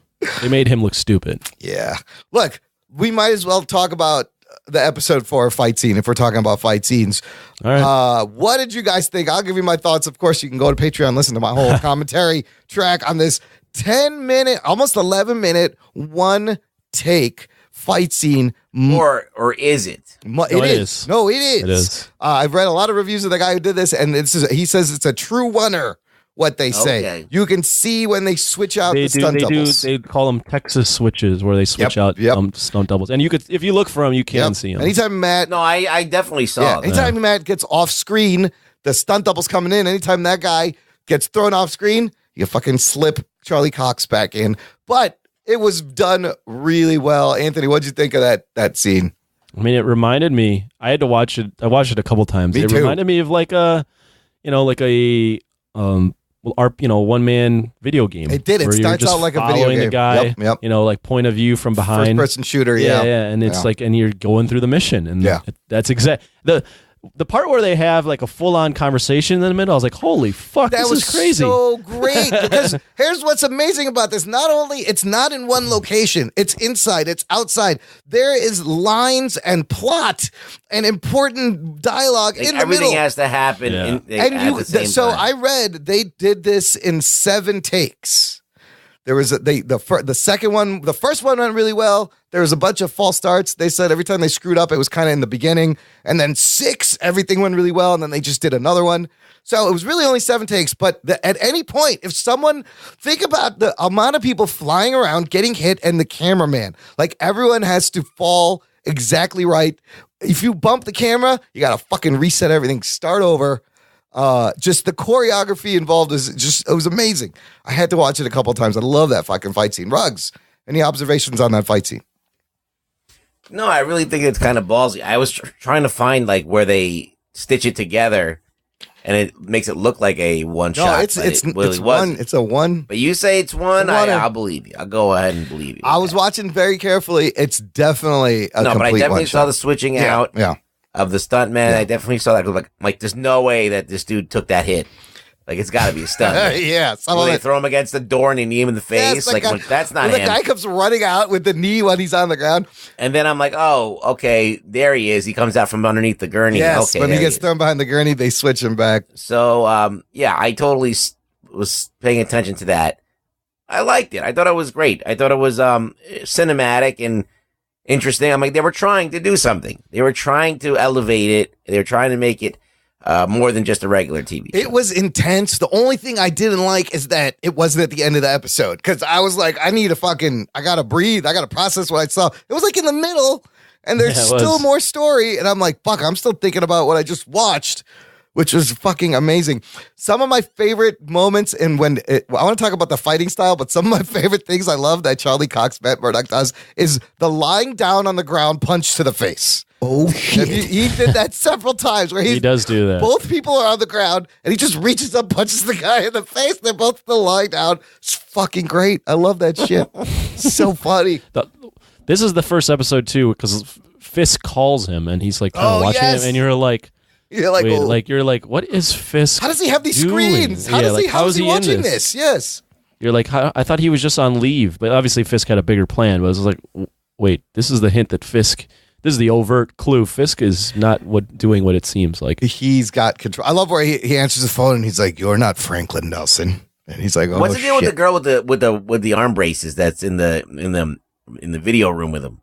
Oh, I don't know. She was that was really strange. She was just like the tech girl, an intern. I think she was just an intern. There was no why is she helping him? I don't know who she was. Is she want to get out of there? Yeah, and then they hinted kind of that she didn't really want to be working with Maybe Fisk. He was holding her. She helps him at the end. Yeah. She clocks down all the elevators and everything. I don't know. That was weird. It was an intern. She wasn't getting paid. That was a confusing character. I was like, who's this fucking woman? It seemed like she was destined for like a reveal or something. Yeah. But that was strange. Just some fucking girl. Overall, though, that one take I really liked. And what was the master stroke here? Like when Daredevil gets the English dude? Felix Manning. Yeah, he gets him. Oh, he hangs him from the seat and that of the building. gets him what? That was the key thing to get Fisk. That was the key thing because he told about the wedding. No, that he killed Dex's girl, the girl he was obsessing with. So then he has. Oh yeah, he was able to use that to get fucking flip Bullseye. To flip Bullseye. And that was great when he's like, Wilson Fisk killed your girl and he wants to get married. What do you think about that? And just let him go. I was like, oh fuck, it's not going to end well. I actually have a criticism about that. Should I do that or should we talk about go for it. So through 12 episodes, I was like, this is amazing. But how the fuck is Matt going to win? And then like the 13th episode for me, he just captures Felix Manning and then gets all this info and it's all wrapped up within that episode. Pretty quickly. It's so rushed. Yeah, I'm like, wait, that's all it took? Why didn't you just capture Felix Manning? If you knew this was the guy to capture to get the info, why aren't you going after this guy the whole time? Why wasn't he the first guy? And like, if Felix Manning is that important, I would have liked to have seen how Daredevil captured him because I can't. It's hard for me to believe that Fisk, being the smartest motherfucker ever and having his hands in everything, wouldn't have Felix Manning on lockdown every fucking step of his life. Yeah. There's other... that was my big criticism. That was like the insta-solve. Yeah, it was too... It was like the convenient plot device. Douche ex machina. Yeah. Also, another criticism kind of on the same vein, it's very convenient, is Bullseye's accuracy. Like, he's accurate throughout the whole thing, but then if you notice the last episode, he gets Fisks on the side and he's missing Daredevil. Like, what happened to your accuracy? Oh yeah, now, none of those things land in Fisk. He can't hit fucking they're not Matt. death blows. No.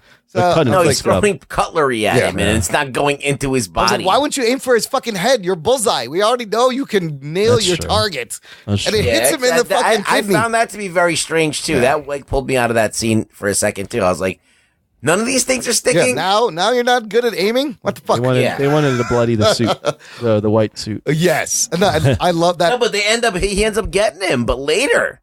No, I agree. He's not hitting him with kill shots. No. He's throwing the glass at him, and it's like scraping his side. When he could just kill him right there. We've seen you do it. What do you guys think of the fighting style? I liked how there was a lot of boxing. It seemed to be a lot more boxing. They do oriented. a really good job with like distinguishing how Daredevil fights. Yes. What did we see this season? I think. What'd you notice? In this season, he fights a certain way. In the other season, he fought more like a ninja. This was like MMA boxing brawler style. Yeah, he was more like boxing and Muay Thai and like and kind of just like getting his ass kicked a lot too. Like that's just. I think they were playing up the fact that he's just not 100%. Yeah. I get that, but it's just it's just like. It's kind of weird to me when you take on like 30 ninjas at one time and the Punisher while raining bullets. And you're fine. That's true. You're fine. And then all of a sudden, a dude who's throwing pencils is like, he's fucking you up. But Charlie Cox is the best at playing extremely exhausted fight guy. Yeah. So I just don't like when the continuity between the abilities changes between seasons. Listen, different showrunners, different writing staff every season. I know, but that's actually not good. It's not good. Like, and continuity should see, and I think I'll agree, and I think that's what kind of made season 2 weaker. And I like this season, but the fact that this showrunner was really trying to tie it back. They brought Daredevil back to the down first to season. be weak. Yes, well, he was going off the first season. He's trying to bring it back, tie it back to the first season, and I think he succeeded in that. If you watch those 2 seasons together, then you got this weird second Daredevil season. Gets his ass kicked in season 2, also. Well, yeah, that's true. He gets shot in the head by Punisher. Oh, that's right. He never doesn't get his ass kicked. I mean, he's just at what level is he getting his ass kicked? I mean, like he's literally wearing like clothes that he found in a bin that he's retrofitted into. He's not wearing any armor. No. He's got rope around his hands. It's crazy. Before we talk about Matt Murdock, just want to mention a couple of small characters real quick. Sister Maggie, I thought was that's his mom. Yes, and I think if people didn't know that from the comics, that must have been a fucking crazy reveal. Like I was expecting it, and they waited so long until the end to reveal it. But it was important for him at the time. He kind of loses his father figure again in the priest, but he has Sister Maggie now. Who knows about it? I loved her. I love seeing Melvin Potter, and he actually was using fucking a buzzsaw to get him, like he does in the comics when he becomes. I got to point out something. About Sister Maggie real quick. Yeah, and this is like goes back to like the aging thing. Yeah, like when they do the flashback of her as a young girl, they use a different actress. They use a little girl. Yes, a little girl. Yes, that looks young as fuck. Yes, but they use the same dude that played Matt's father from season 1. Yes. I'm like, wait, that dude doesn't look any younger. And he looks like he's like 45, and she looks like she's like flabby. 16. That is a little weird. And I'm like, why? Yeah. Why did they use the same dad then? Like, just make a younger dad. It did seem a little skeevy when he was getting her to like be his ring girl. I was like, you're getting a nun to get to be the ring girl. And it goes back to like they don't like to young girls. They don't like old women. they can't. They don't want to put a bunch of makeup on this older looking woman and make her look young. They recast her as a younger for the flashbacks. Like the guy doesn't get. He looked recasted. older than he did in the first season. His dad. He didn't look. He didn't look like. I don't know. It seemed like he was 30 years older. Yeah, he should have been like a 20-year-old guy as a boxer or something. They should just cast a younger guy. Yeah. A younger Matt. Yeah. Matt's dad. Younger Matt's dad. But what did you? Let's talk about Matt Murdock's whole kind of character arc here. I love what he went through coming out of the Defenders. I love the beginning where he has no faith in God and he's questioning, fighting his inner demon. I love where she's like, "Thank God for you," and he goes, "God didn't save you. I did." It's fucking great. But then kind of comes around by the end. Lets people help him, lets people in, and surprising that the show ends on kind of like a wrapped up, nice little happy ending package. I think Charlie Cox doesn't get enough credit. Yeah. I think Wilson Fisk, English? Vincent D'Onofrio. Yeah, he is. Wow. I think Vincent D'Onofrio. There's a couple of times where his English accent comes out. Oh, you heard it? I didn't hear it. I think a lot of other characters, Wilson Bethel, get a lot of credit. Yeah. I think he's perfect as Matt Murdock. Yeah. As like playing up the fact that he doesn't know his purpose, and like he's got the Catholicism to back him up. And I think they really did a good job, especially Charlie Cox, of playing that realistically, like his battle with his inner demons. Because like growing up, me personally as a Catholic, you're always like, you do get like, why is this bad shit happening to me? If this is all part of God's plan, fuck you, God. Yeah. Like, what the fuck, man? Why are you doing this to me? And like he plays that off perfectly. That's what Jesus said. Yeah, and then and then he's like, I really enjoyed that. Like he was looking for his purpose, and he gets blinded, and he can hear everyone's pain. Yes. And he's like, God's talking to me. If I can hear this, it's because God wants me to help these people. What is my I'm plan? just picturing Anthony getting mad at God when he can't get his dance moves right. Yeah. Like, what the fuck, man? God damn it, God, this is a 180 beats per minute song. Why can't I keep up? No, We've been choreographing this for 2 weeks. I practiced these moves. The whole point of like Charlie Cox in the show is he's a bad fucking friend. His friends still will come back to him and love they're him. loyal. And they're the ones that bring him back. And, I mean, by the way, you would have gotten that reference if you had the Patreon. Get on the Patreon. Like in the beginning, he's making really bad decisions. He's using his friends. He goes to the prison. He's going out on a death wish. He's out on a death wish. He steals. He wants to die. Right. Yeah, he steals Foggy's bar card and goes to the prison to find. This is not a good idea. Like when that scene started, I was like, "What are you doing? This is not a good idea." Although I love how they wrote him playing up his blindness more this season. I love that. I always wanted more of that. Like there's times where he's playing a sighted guy. There's times where he's pretending to be a blind guy. There's times where he's fighting and then he pretends to be a blind guy and then he like knocks someone out and then he goes back. I was like, this is how you do it. Like, because you would never guess that this motherfucker is Daredevil. You never know what's actually going on. I really enjoyed his arc throughout the season. Like he's pissed off, and then he kind of comes back, and then he's like, okay, I gotta fucking kill Fisk, and then he's like, no, we'll do it the right way. And did you think he was going to? No. That would that kind of takes a little bit of the edge out of it. Yeah, it does. Yeah, at the very end, you knew like when I know he's just talking shit, he's not going to do it. He's talked about it so much, but that's his. That's the triumph is that he doesn't. That's the battle. Yeah. I mean, it's everyone conquering their fears. If they had him kill Fisk, that ruins the character. Yeah. No, but just the fact that he's announcing it, and you know that he's not going to do that. But I kind of understood it because of the way everything was set up. You yourself are like, fuck, you got to kill him. That's really the only way out of this. I was like, how's he going to get out of this? Otherwise, how are you going to get out of this? Now you got to keep Vanessa alive because if she gets killed, he's just going to go on a rampage. I always thought it was going to end with him pulling his punches at the end, and that's exactly how it ended. It was I actually had two things with that ending. Yeah. I mean, I first off, you had to not kill him. Yeah. Well, we know that. Of course.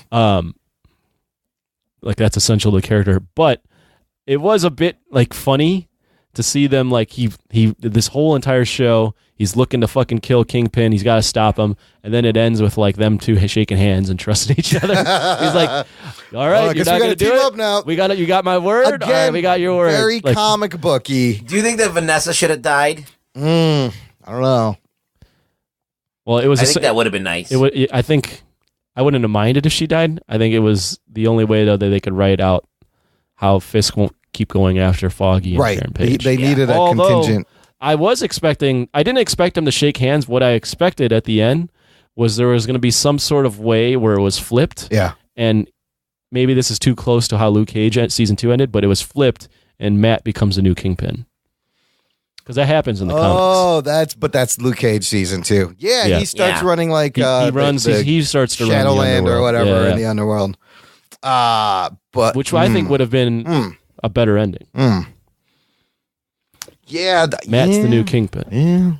Yeah. So that's interesting, especially with the fact that these shows are getting canceled. There may not be another season of Daredevil. The way it ends is and if there was wrapped up. Yeah, they wrapped up the thing. I really did not like that fucking. So is everything in Daredevil wrapped up?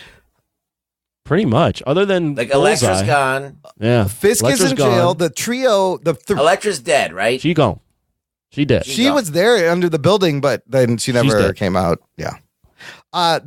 Murdoch, Nelson, and Page are back together, kind of like in the beginning. They're all friends. They're going to start a law firm. Matt's like accepted them in. All of them there's like everyone knows that Paige killed Wesley and her brother. Everyone knows everyone's secrets now, which is important. I hated that fucking tag with Bullseye though. Why? No. There was no need for him to open his eyes. The surgery part was fine, but the very last thing with the eye and the logo in his eye, that is like strange. This is like Ben Affleck Daredevil now. What are you doing? Like that was a little. There was strange. no need for that. We get it. Yeah, that was weird that he like opens his eyes and the logo shows up in his fucking pupil. What the fuck is this cheesy bullshit? Yeah, that's not what is this. In the comic books, though, Wilson Fisk in the same issue where Bullseye kills Elektra, I think Matt breaks his back and then he has adamantium put in, and they said something like cognitum. Yeah, that is comic book accurate that they put the metal in. So it's funny, while this show, it wasn't superhero, they pulled a lot from Born Again and Guardian Devil, Kevin Smith's thing, but they used it different. They adapted things differently, and I think it was a great adaptation. I think that this season, where do you put this in terms of the 3 seasons? You want to rank it now? Yeah, we're almost done. We're talking about okay, who wants to go first?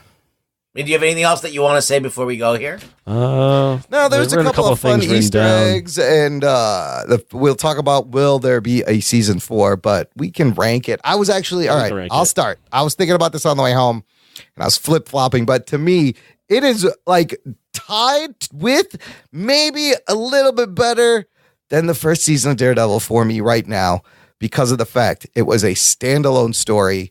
And there was more action scenes. They elevated everything. Fucking amazing crime drama. Matt's back in his black suit. Like, he doesn't even need the suit for this to be an awesome Daredevil show. So, and I think that's up there with like 1 and 2 of all the shows. I think that I don't think it's my favorite, but it's my favorite storyline. Yeah. Okay. So the storyline, I think, was very like accomplished. There's the Deus Ex Machina where the fucking the assistant Felix Manning could have been the key the whole time, and no one fucking even acknowledges it till the very end. Right. I felt like, oh my, that just like when you said it, I'm like, oh my God, I was feeling that the whole time. Yeah. But it was just more compelling because you had Fisk in from the first episode. You had established him as its mastermind, and it wasn't about Hell's Kitchen. Yes. It was about Fisk. Yep. And I think that when they make it about Hell's Kitchen, you're like, if you know anything about New York, Hell's Kitchen is like a few blocks, right, and like it's not really a big deal. Yeah. But so I like that they got away from that a little bit, and they just made it was about Fisk. Yeah.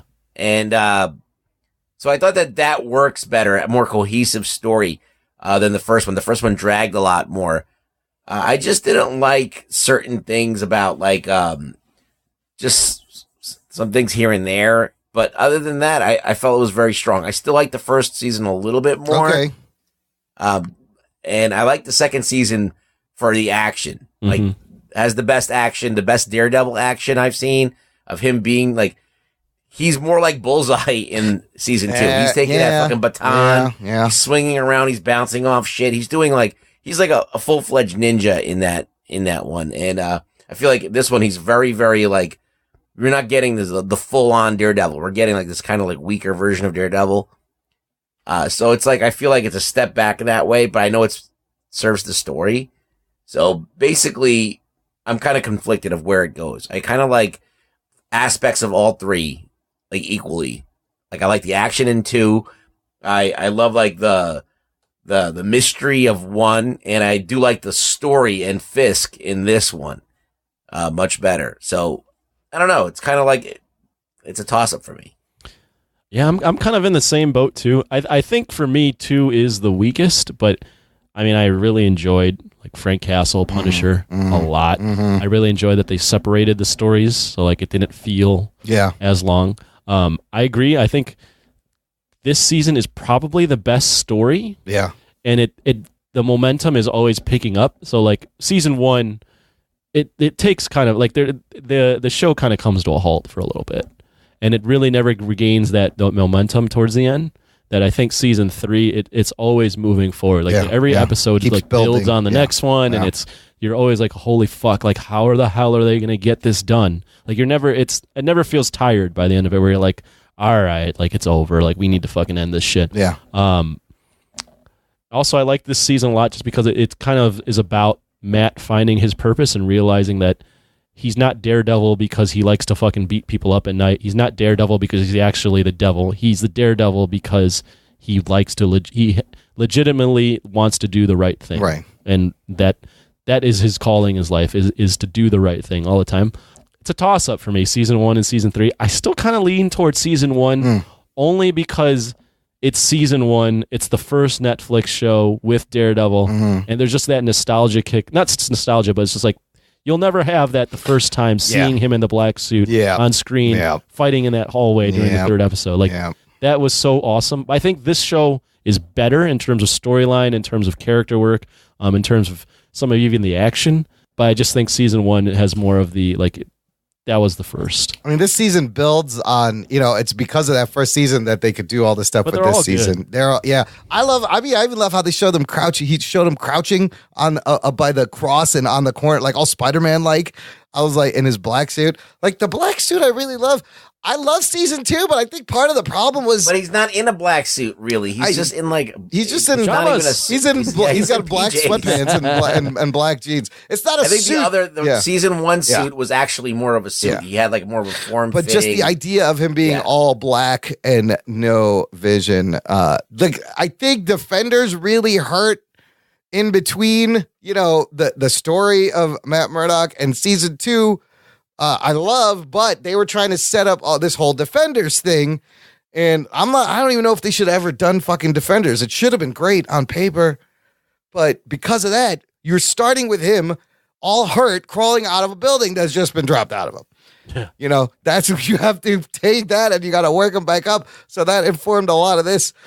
There's one article here from Screen Rant that was interesting, which I want to ask the question to you guys, will there be a season 4? This one company, Jump Shot, it's a San Francisco-based analytics company, is saying, based on whatever numbers they're tracking for Netflix, since Netflix doesn't share their numbers, season 3's viewership was less than half that of season 2 in its first week. Whoa. Wow. But here's the other thing. I think the fact that we had to wait so long between season 2 and season 3, like we had to get through Defenders, we had to do all these other fucking shows. They took a hit in quality. Well, that sucks. So do we think Netflix is going to keep this show? Are they cutting? Are they going to kill this one? Oh, man. If it is the last season, it's a nice wrap up. Season 2 had the hook of being not only coming off that awesome first season, but they were like, Punisher is in this. So whereas season 3, I don't think. I mean, they tried to market Bullseye and the return of Wilson Fisk. Yeah, but I don't think the casual fan was like, I need to get back in this. Especially after Daredevil or Defenders. Yeah, I think a lot of people were really turned off. This company said that season 2 of Daredevil is still the most watched Marvel Netflix series since 2016. So I don't know. I have no idea, honestly. Yeah. I would have told before all these cancellations, before Iron Fist when Iron Fist got canceled, I was like, "There's no way they're canceling Daredevil," and then they canceled Luke Cage, and like this season ends so. You're like, they could cancel this. Yeah, it's in a bow, and it would be fine. Yeah, it wouldn't be the worst thing in the world. And I think that's ironic where they ended Luke Cage and Iron Fist on cliffhangers with more story, and this one just kind of like closes like this trilogy or this chapter. I don't know, man. I don't, like we said last week, I don't think any of these fucking shows are safe. I think Netflix is looking at the viewers and looking at their investment and the fact that they can make, they have the Stranger Things a hit. They can make their own stuff that's a hit. That's IP that they own. Let me ask you guys the question. Yeah. Did you because I agree with you guys. Did you like that this show was more of a crime drama that happened to feature Daredevil? Or would you have liked it to be like your typical comic book where there's like triumphant moments and big fights in the middle and like crazy wacky shit?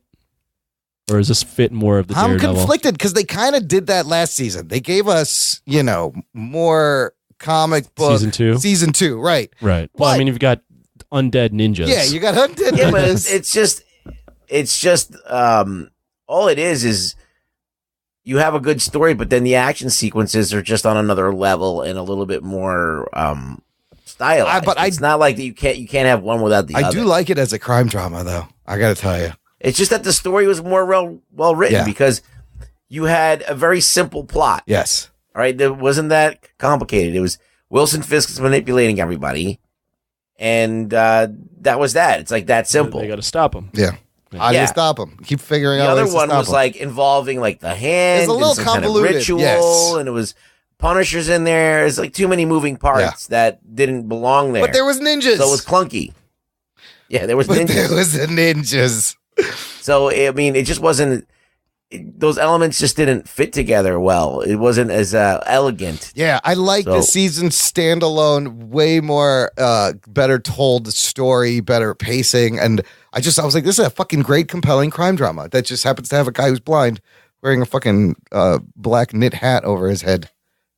Yeah, that's all it is. Yeah, I don't understand like that makeshift costume that he had all of a sudden. Like, he had that little hat that he just busted out that didn't have like the ninja thing. I was surprised that he did not get back into the suit once, but it kind of makes sense where. And I'm wondering what the public thinks of Daredevil now if he was to put the suit back on.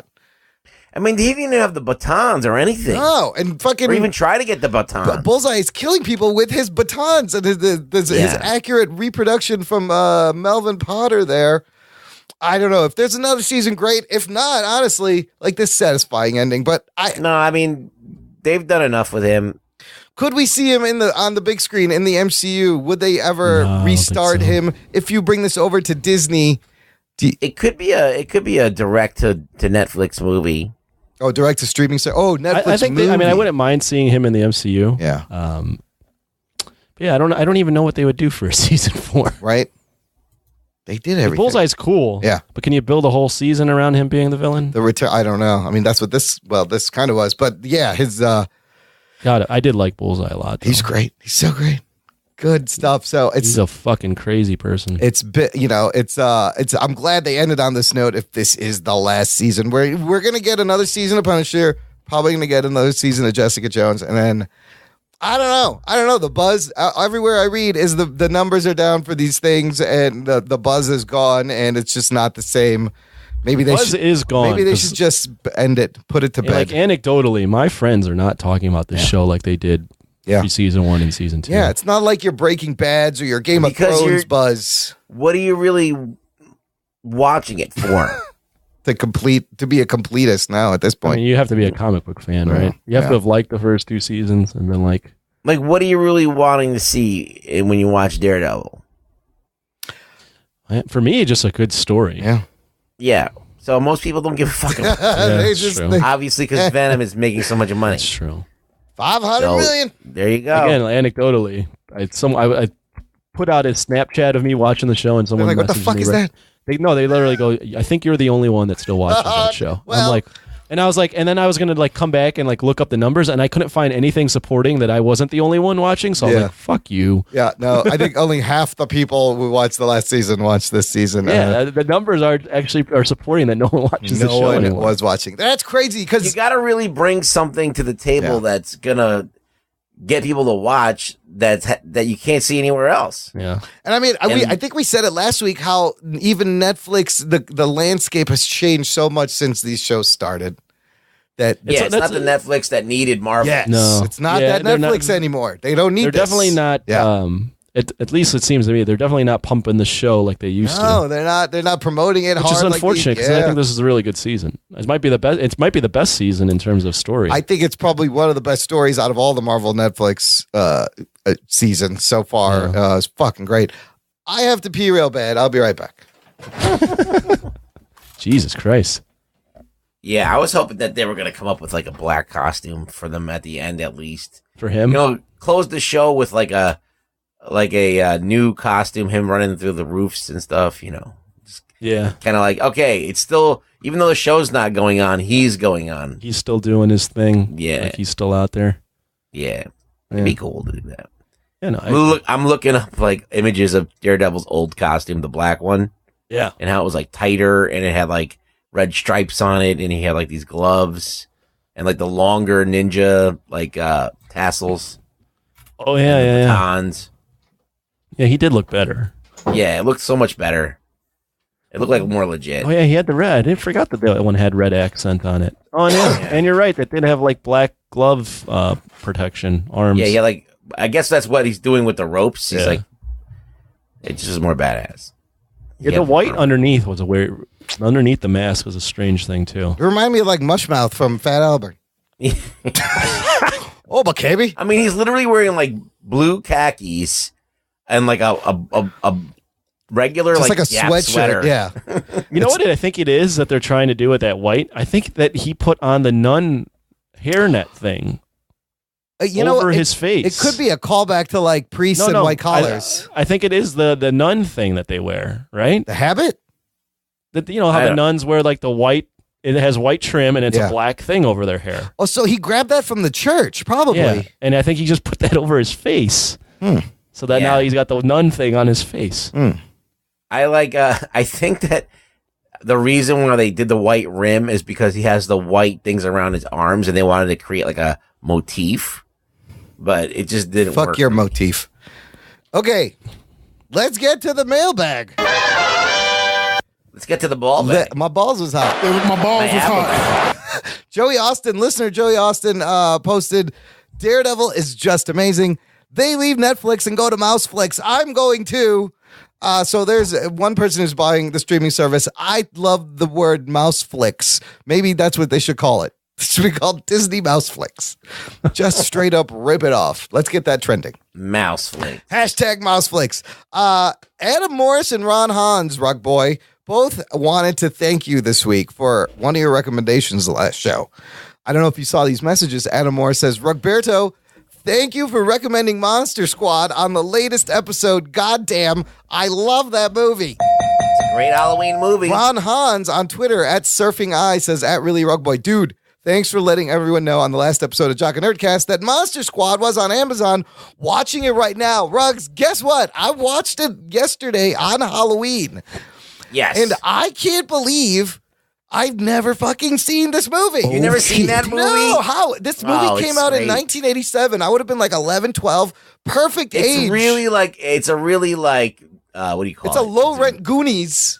It's Goonies with monsters. Anthony, you would love this because it features Dracula, the Wolfman, the Mummy, Frankenstein, and the creature from the Black Lagoon, all in this. And it's just a great 80s goofy, campy. It's like it's half baked. It's not fully baked. Yeah. It's like there's hardly any story to it. It's like 80s, like it's like the 80s like stupid, 80s it's stupid, like an Arnold movie, like. There's no like thought to any of the backstory. There's no thought to any of this. It's just these kids they're the ones that are gonna fucking make the monsters. We're the Monster Squad. We'll take care of it. Yeah, Rudy. They just form a squad and they do it. So this is so 80s. They use totally politically incorrect words that people use in the back of the day. They use fag, like they say that word without abandon. And homo. And there's a fat kid character, and his name is Fat Kid. Oh shit! They're like, hey, where's Fat Kid? And they're using this like as his name. And at one point, he just goes, my name is Horace. And it's got that great line, Wolfman's got nards. He kicks him in the nuts. It's a different time. You have to kick the Wolfman in the nuts. It's great. And like, nobody in this movie is anybody or became anything except for Kevin's older brother from Wonder Years, Wayne. He's in it. Nobody else in this movie. I don't know what happened. There's only one I'll tell you what, though, the monster makeup was really good. Yeah. Surprisingly better than it should be.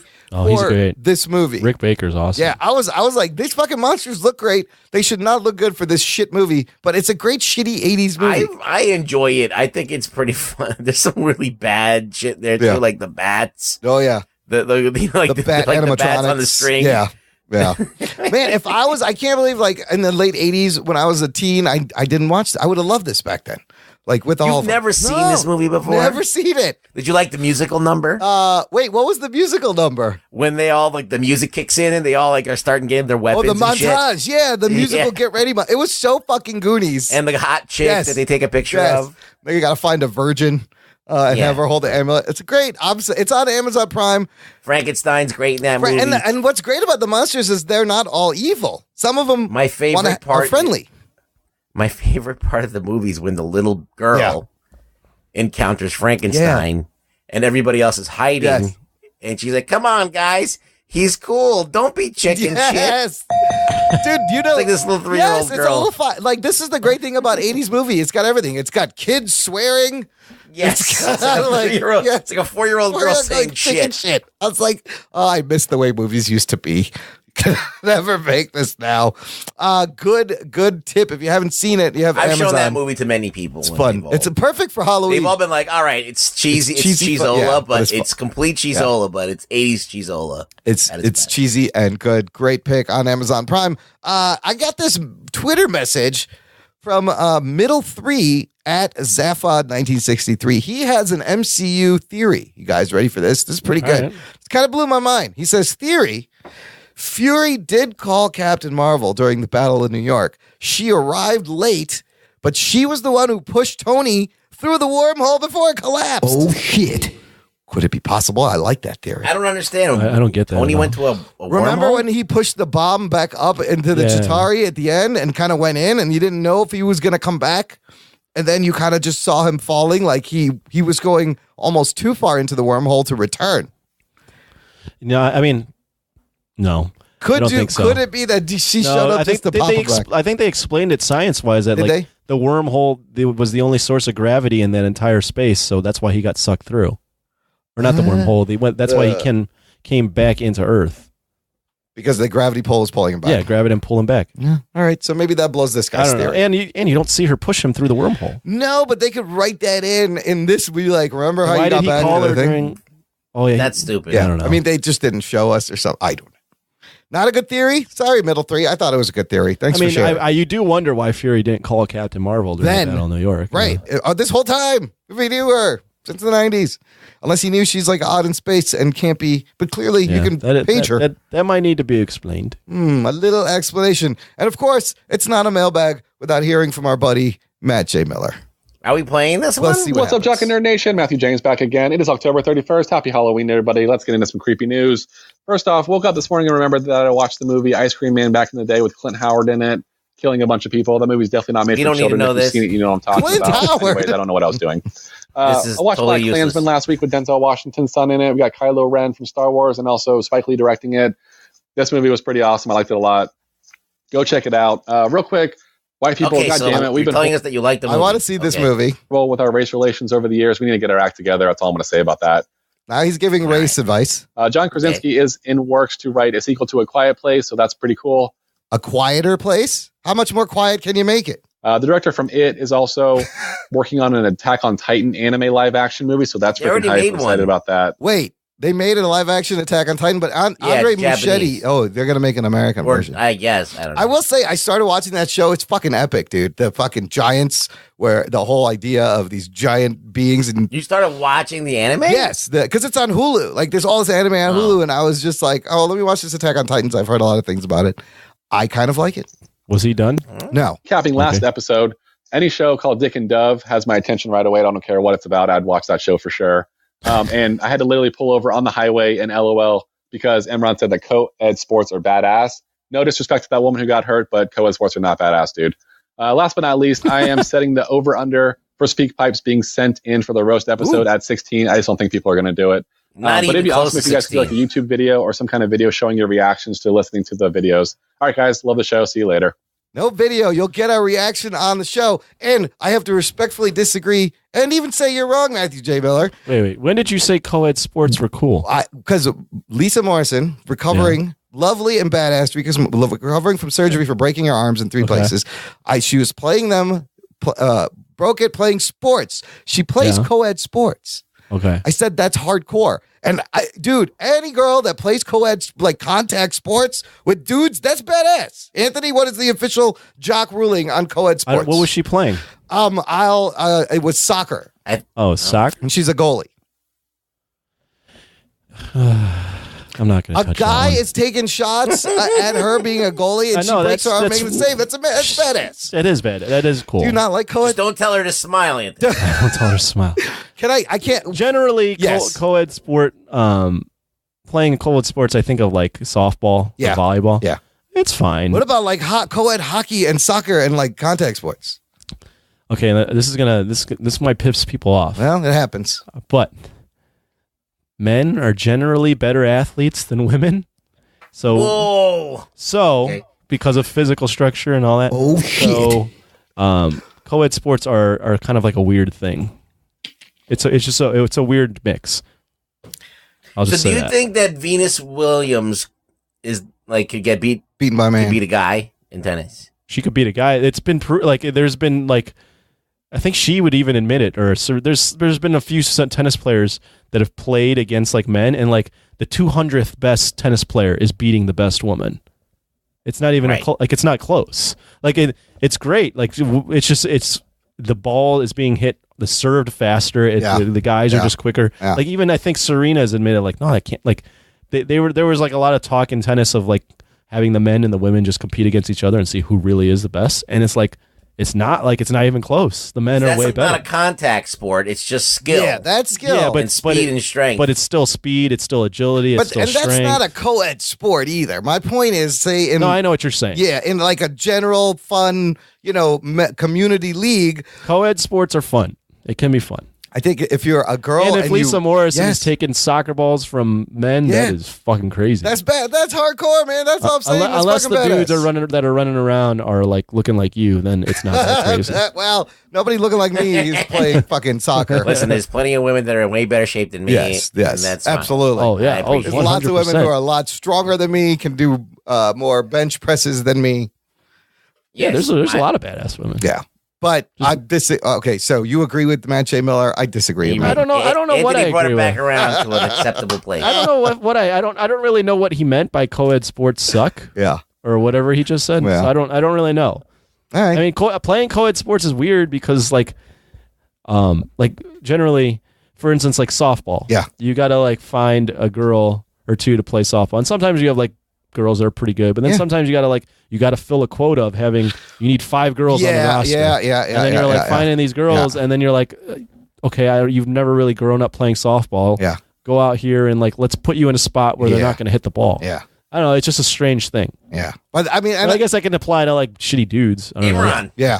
Yes, Imran. exactly. Like, Imran is basically I would girl that be would not play any of sports. I would be picked after all the girls, and always should definitely always be picked was after. in Imran, class. have you ever played sports? I was always picked last. I have played sports. What are you good at anything? No, probably not. I don't remember. Can you throw straight? Badminton. I'm Badminton? good at shuttlecock. Yeah. I could throw. Yeah, I know that. I can throw a football. I can throw a football. Can you throw a spiral? I can throw a spiral. I know how to do it. I can Okay, throw good. it. I know the form. Can you catch? Yeah. I don't think you can catch. I'm left-handed though, so I got to throw my left hand and I That's catch. fine. Catch a But ball. you Look, catch. I filled in. You don't catch left-handed. I filled in for my wife's softball team one game, and I fucking caught up hop fly. I surprised myself, and everyone was like, "Yay!" And I was like, "That's it, I'm out." I left. It was the middle of the game. I was like, "It's not getting better than that." See you later.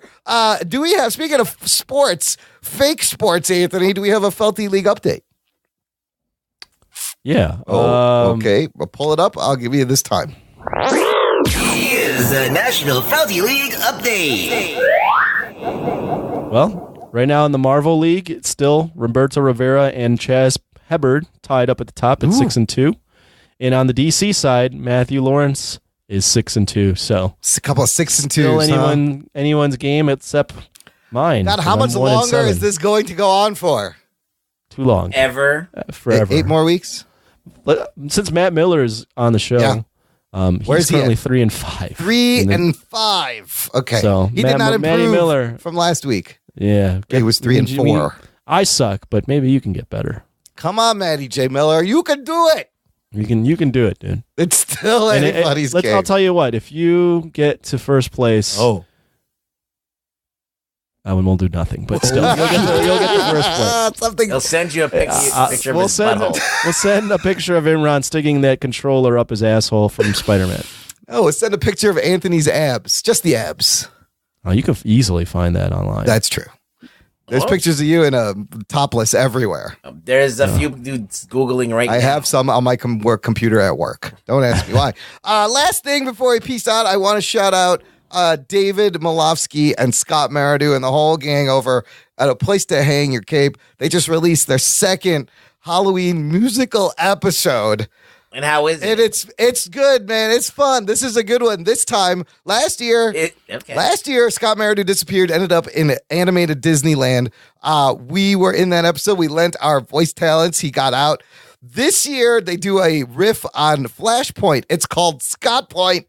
Scott goes back and he fucks up like all of geekdom and pop culture and has to go back and fix it. And did I do that? Was I part of that? You were part of that. We play Anthony, myself, and Rugboy all featured as playing some famous celebrities. Was that the Stan Lee thing I did?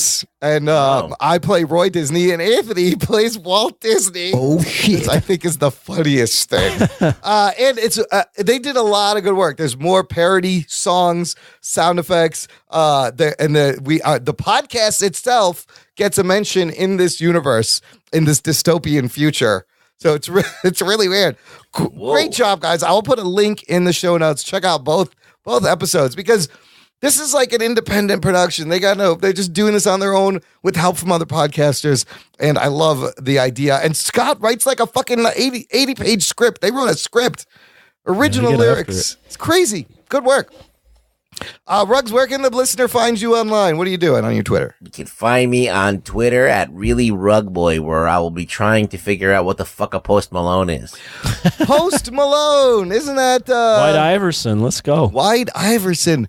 Post Malone is that dude with tattoos on his face. He has tattoos on his face. He wears Doesn't everybody have tattoos on their face? I believe they do now. It's like a standard. He has tattoos on his face. He sometimes will wear like jumpsuits on stage, similar to Mike Myers.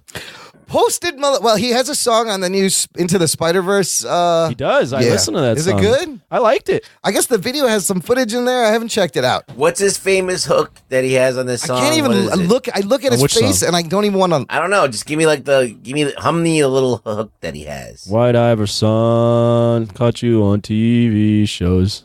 Sounds fantastic. Is that the famous one? That's like the one that got him popular. He's got like a lot of hits. Isn't there like a new one that's I don't know the names of the songs. Let me look real quick. I want to check his music I just want out, him to sing to but me. then I see Have him sing to you. I see a picture of him and I just want to punch him in the face. Like Better Now. I don't want to hear it. Yeah, better now. Yeah. Better now. Rockstar. And then what's that? How does that? What about pre-Malone? What It's happens like, before Malone? I don't even know how to say. I like pre-Malone. You like pre-Malone? Pre-Malone? Leave early pre-Malone. What about just Malone? What about just Malone? Yeah. I'm coming out with my hip hop name's going to be just Malone.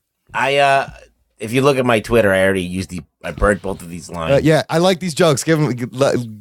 One of them is trying to figure out what Post Malone was, and I thought that my friend Luigi thought Post Malone was a kind of cheese. Okay. And A Post Malone.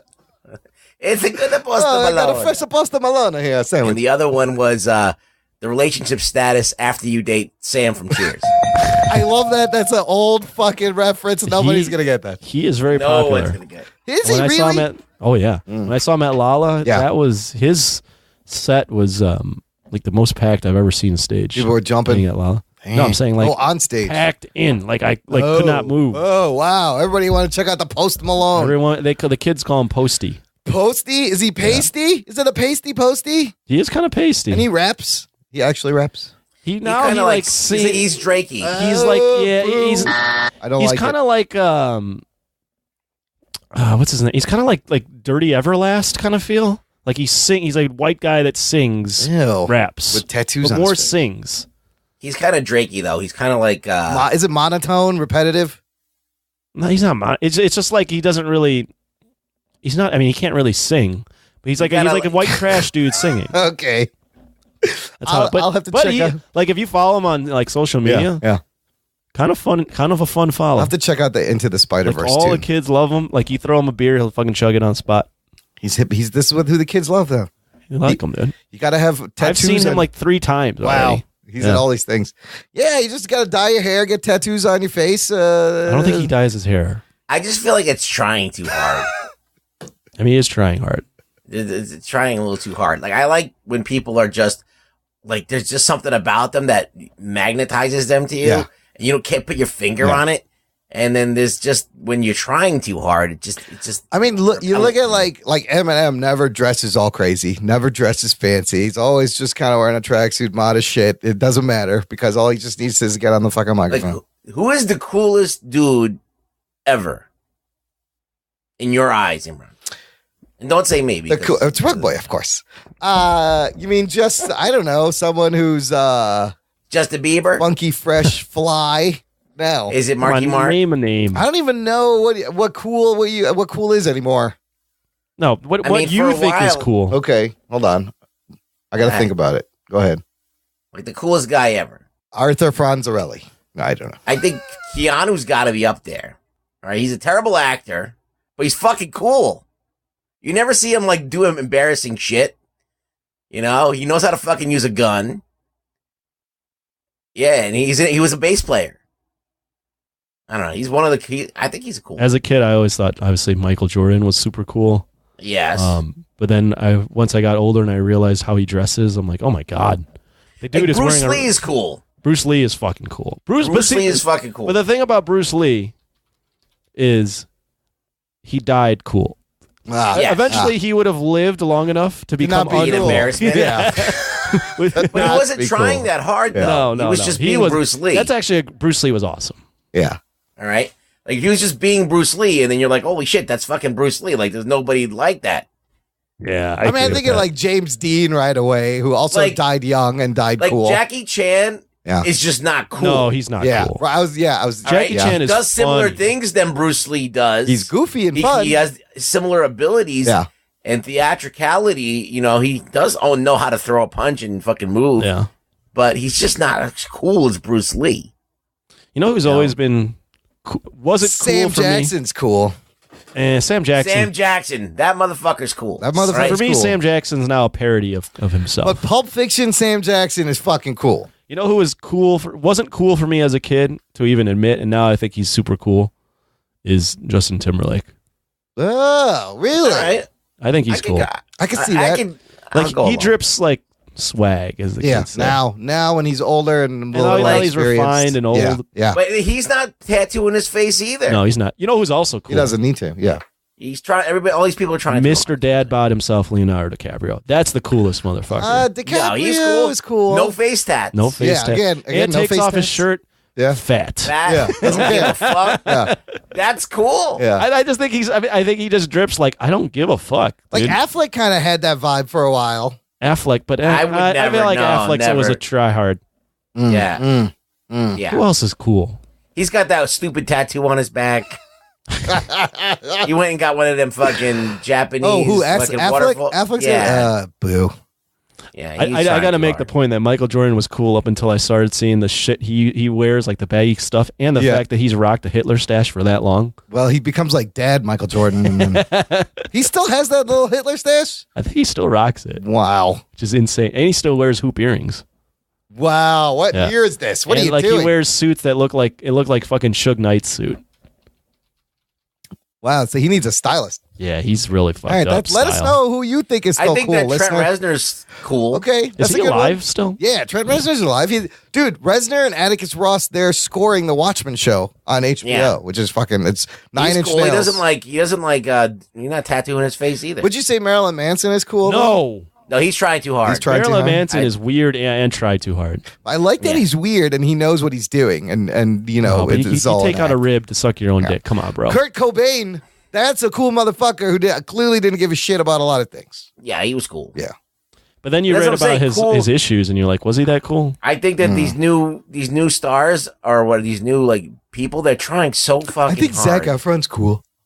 to be. I'm trying to think of a modern artist that's cool. Who is it?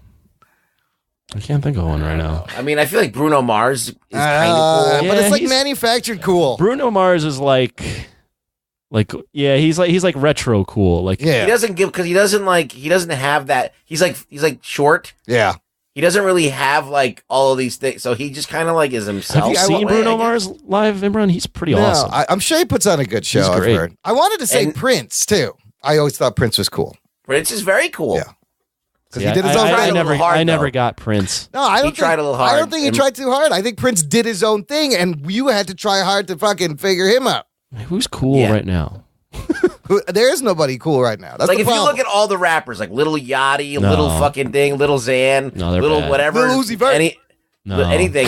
They all have the same haircut. They all have face tattoos. They all have grills. Mumble They're rap like going bullshit. through like this factory and Yeah. just cool me It's up, a trend. everyone, It's a- please. Let me yes. get tatted. All right, the 2 or 3 coolest rappers right now that everyone think is cool are Kendrick, J. Cole, and what's his face from Chicago, Chance. Oh, Chance the Rapper's cool, yeah. Everyone thinks he's cool. Yeah. But is he? I've never met him. I mean, you see that fucking 3, like everyone wears that fucking 3 hat. Yeah, his hat's everywhere. Drake That's is interesting. polarizing. Some Drake people would is probably not think he's really cool. I don't think he's cool. I think he's polarizing. No. It's some bullshit. I think he's weak. He's weak sauce. He's definitely weak sauce. I don't know how he ended up on this cool topic. Listener, send us an email. Show It's not cool when you try that hard. You can't. Is Try it too cool hard. to try hard? Let us know who you think is cool. But here's what's cool, listener. Help us spread the show. The best way to do that is word of mouth.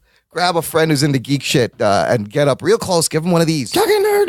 And then subscribe them to the show on their phone. They will appreciate it. They will thank you. Share the show. Post it. Thanks for listening to the Jock and Nerd podcast. My name is Imran. My name's Anthony. He's the Jock. He's the nerd. We'll peep you next time, y'all. My balls was hot. You didn't use that today at all. Gentlemen, this is Democracy Manifest.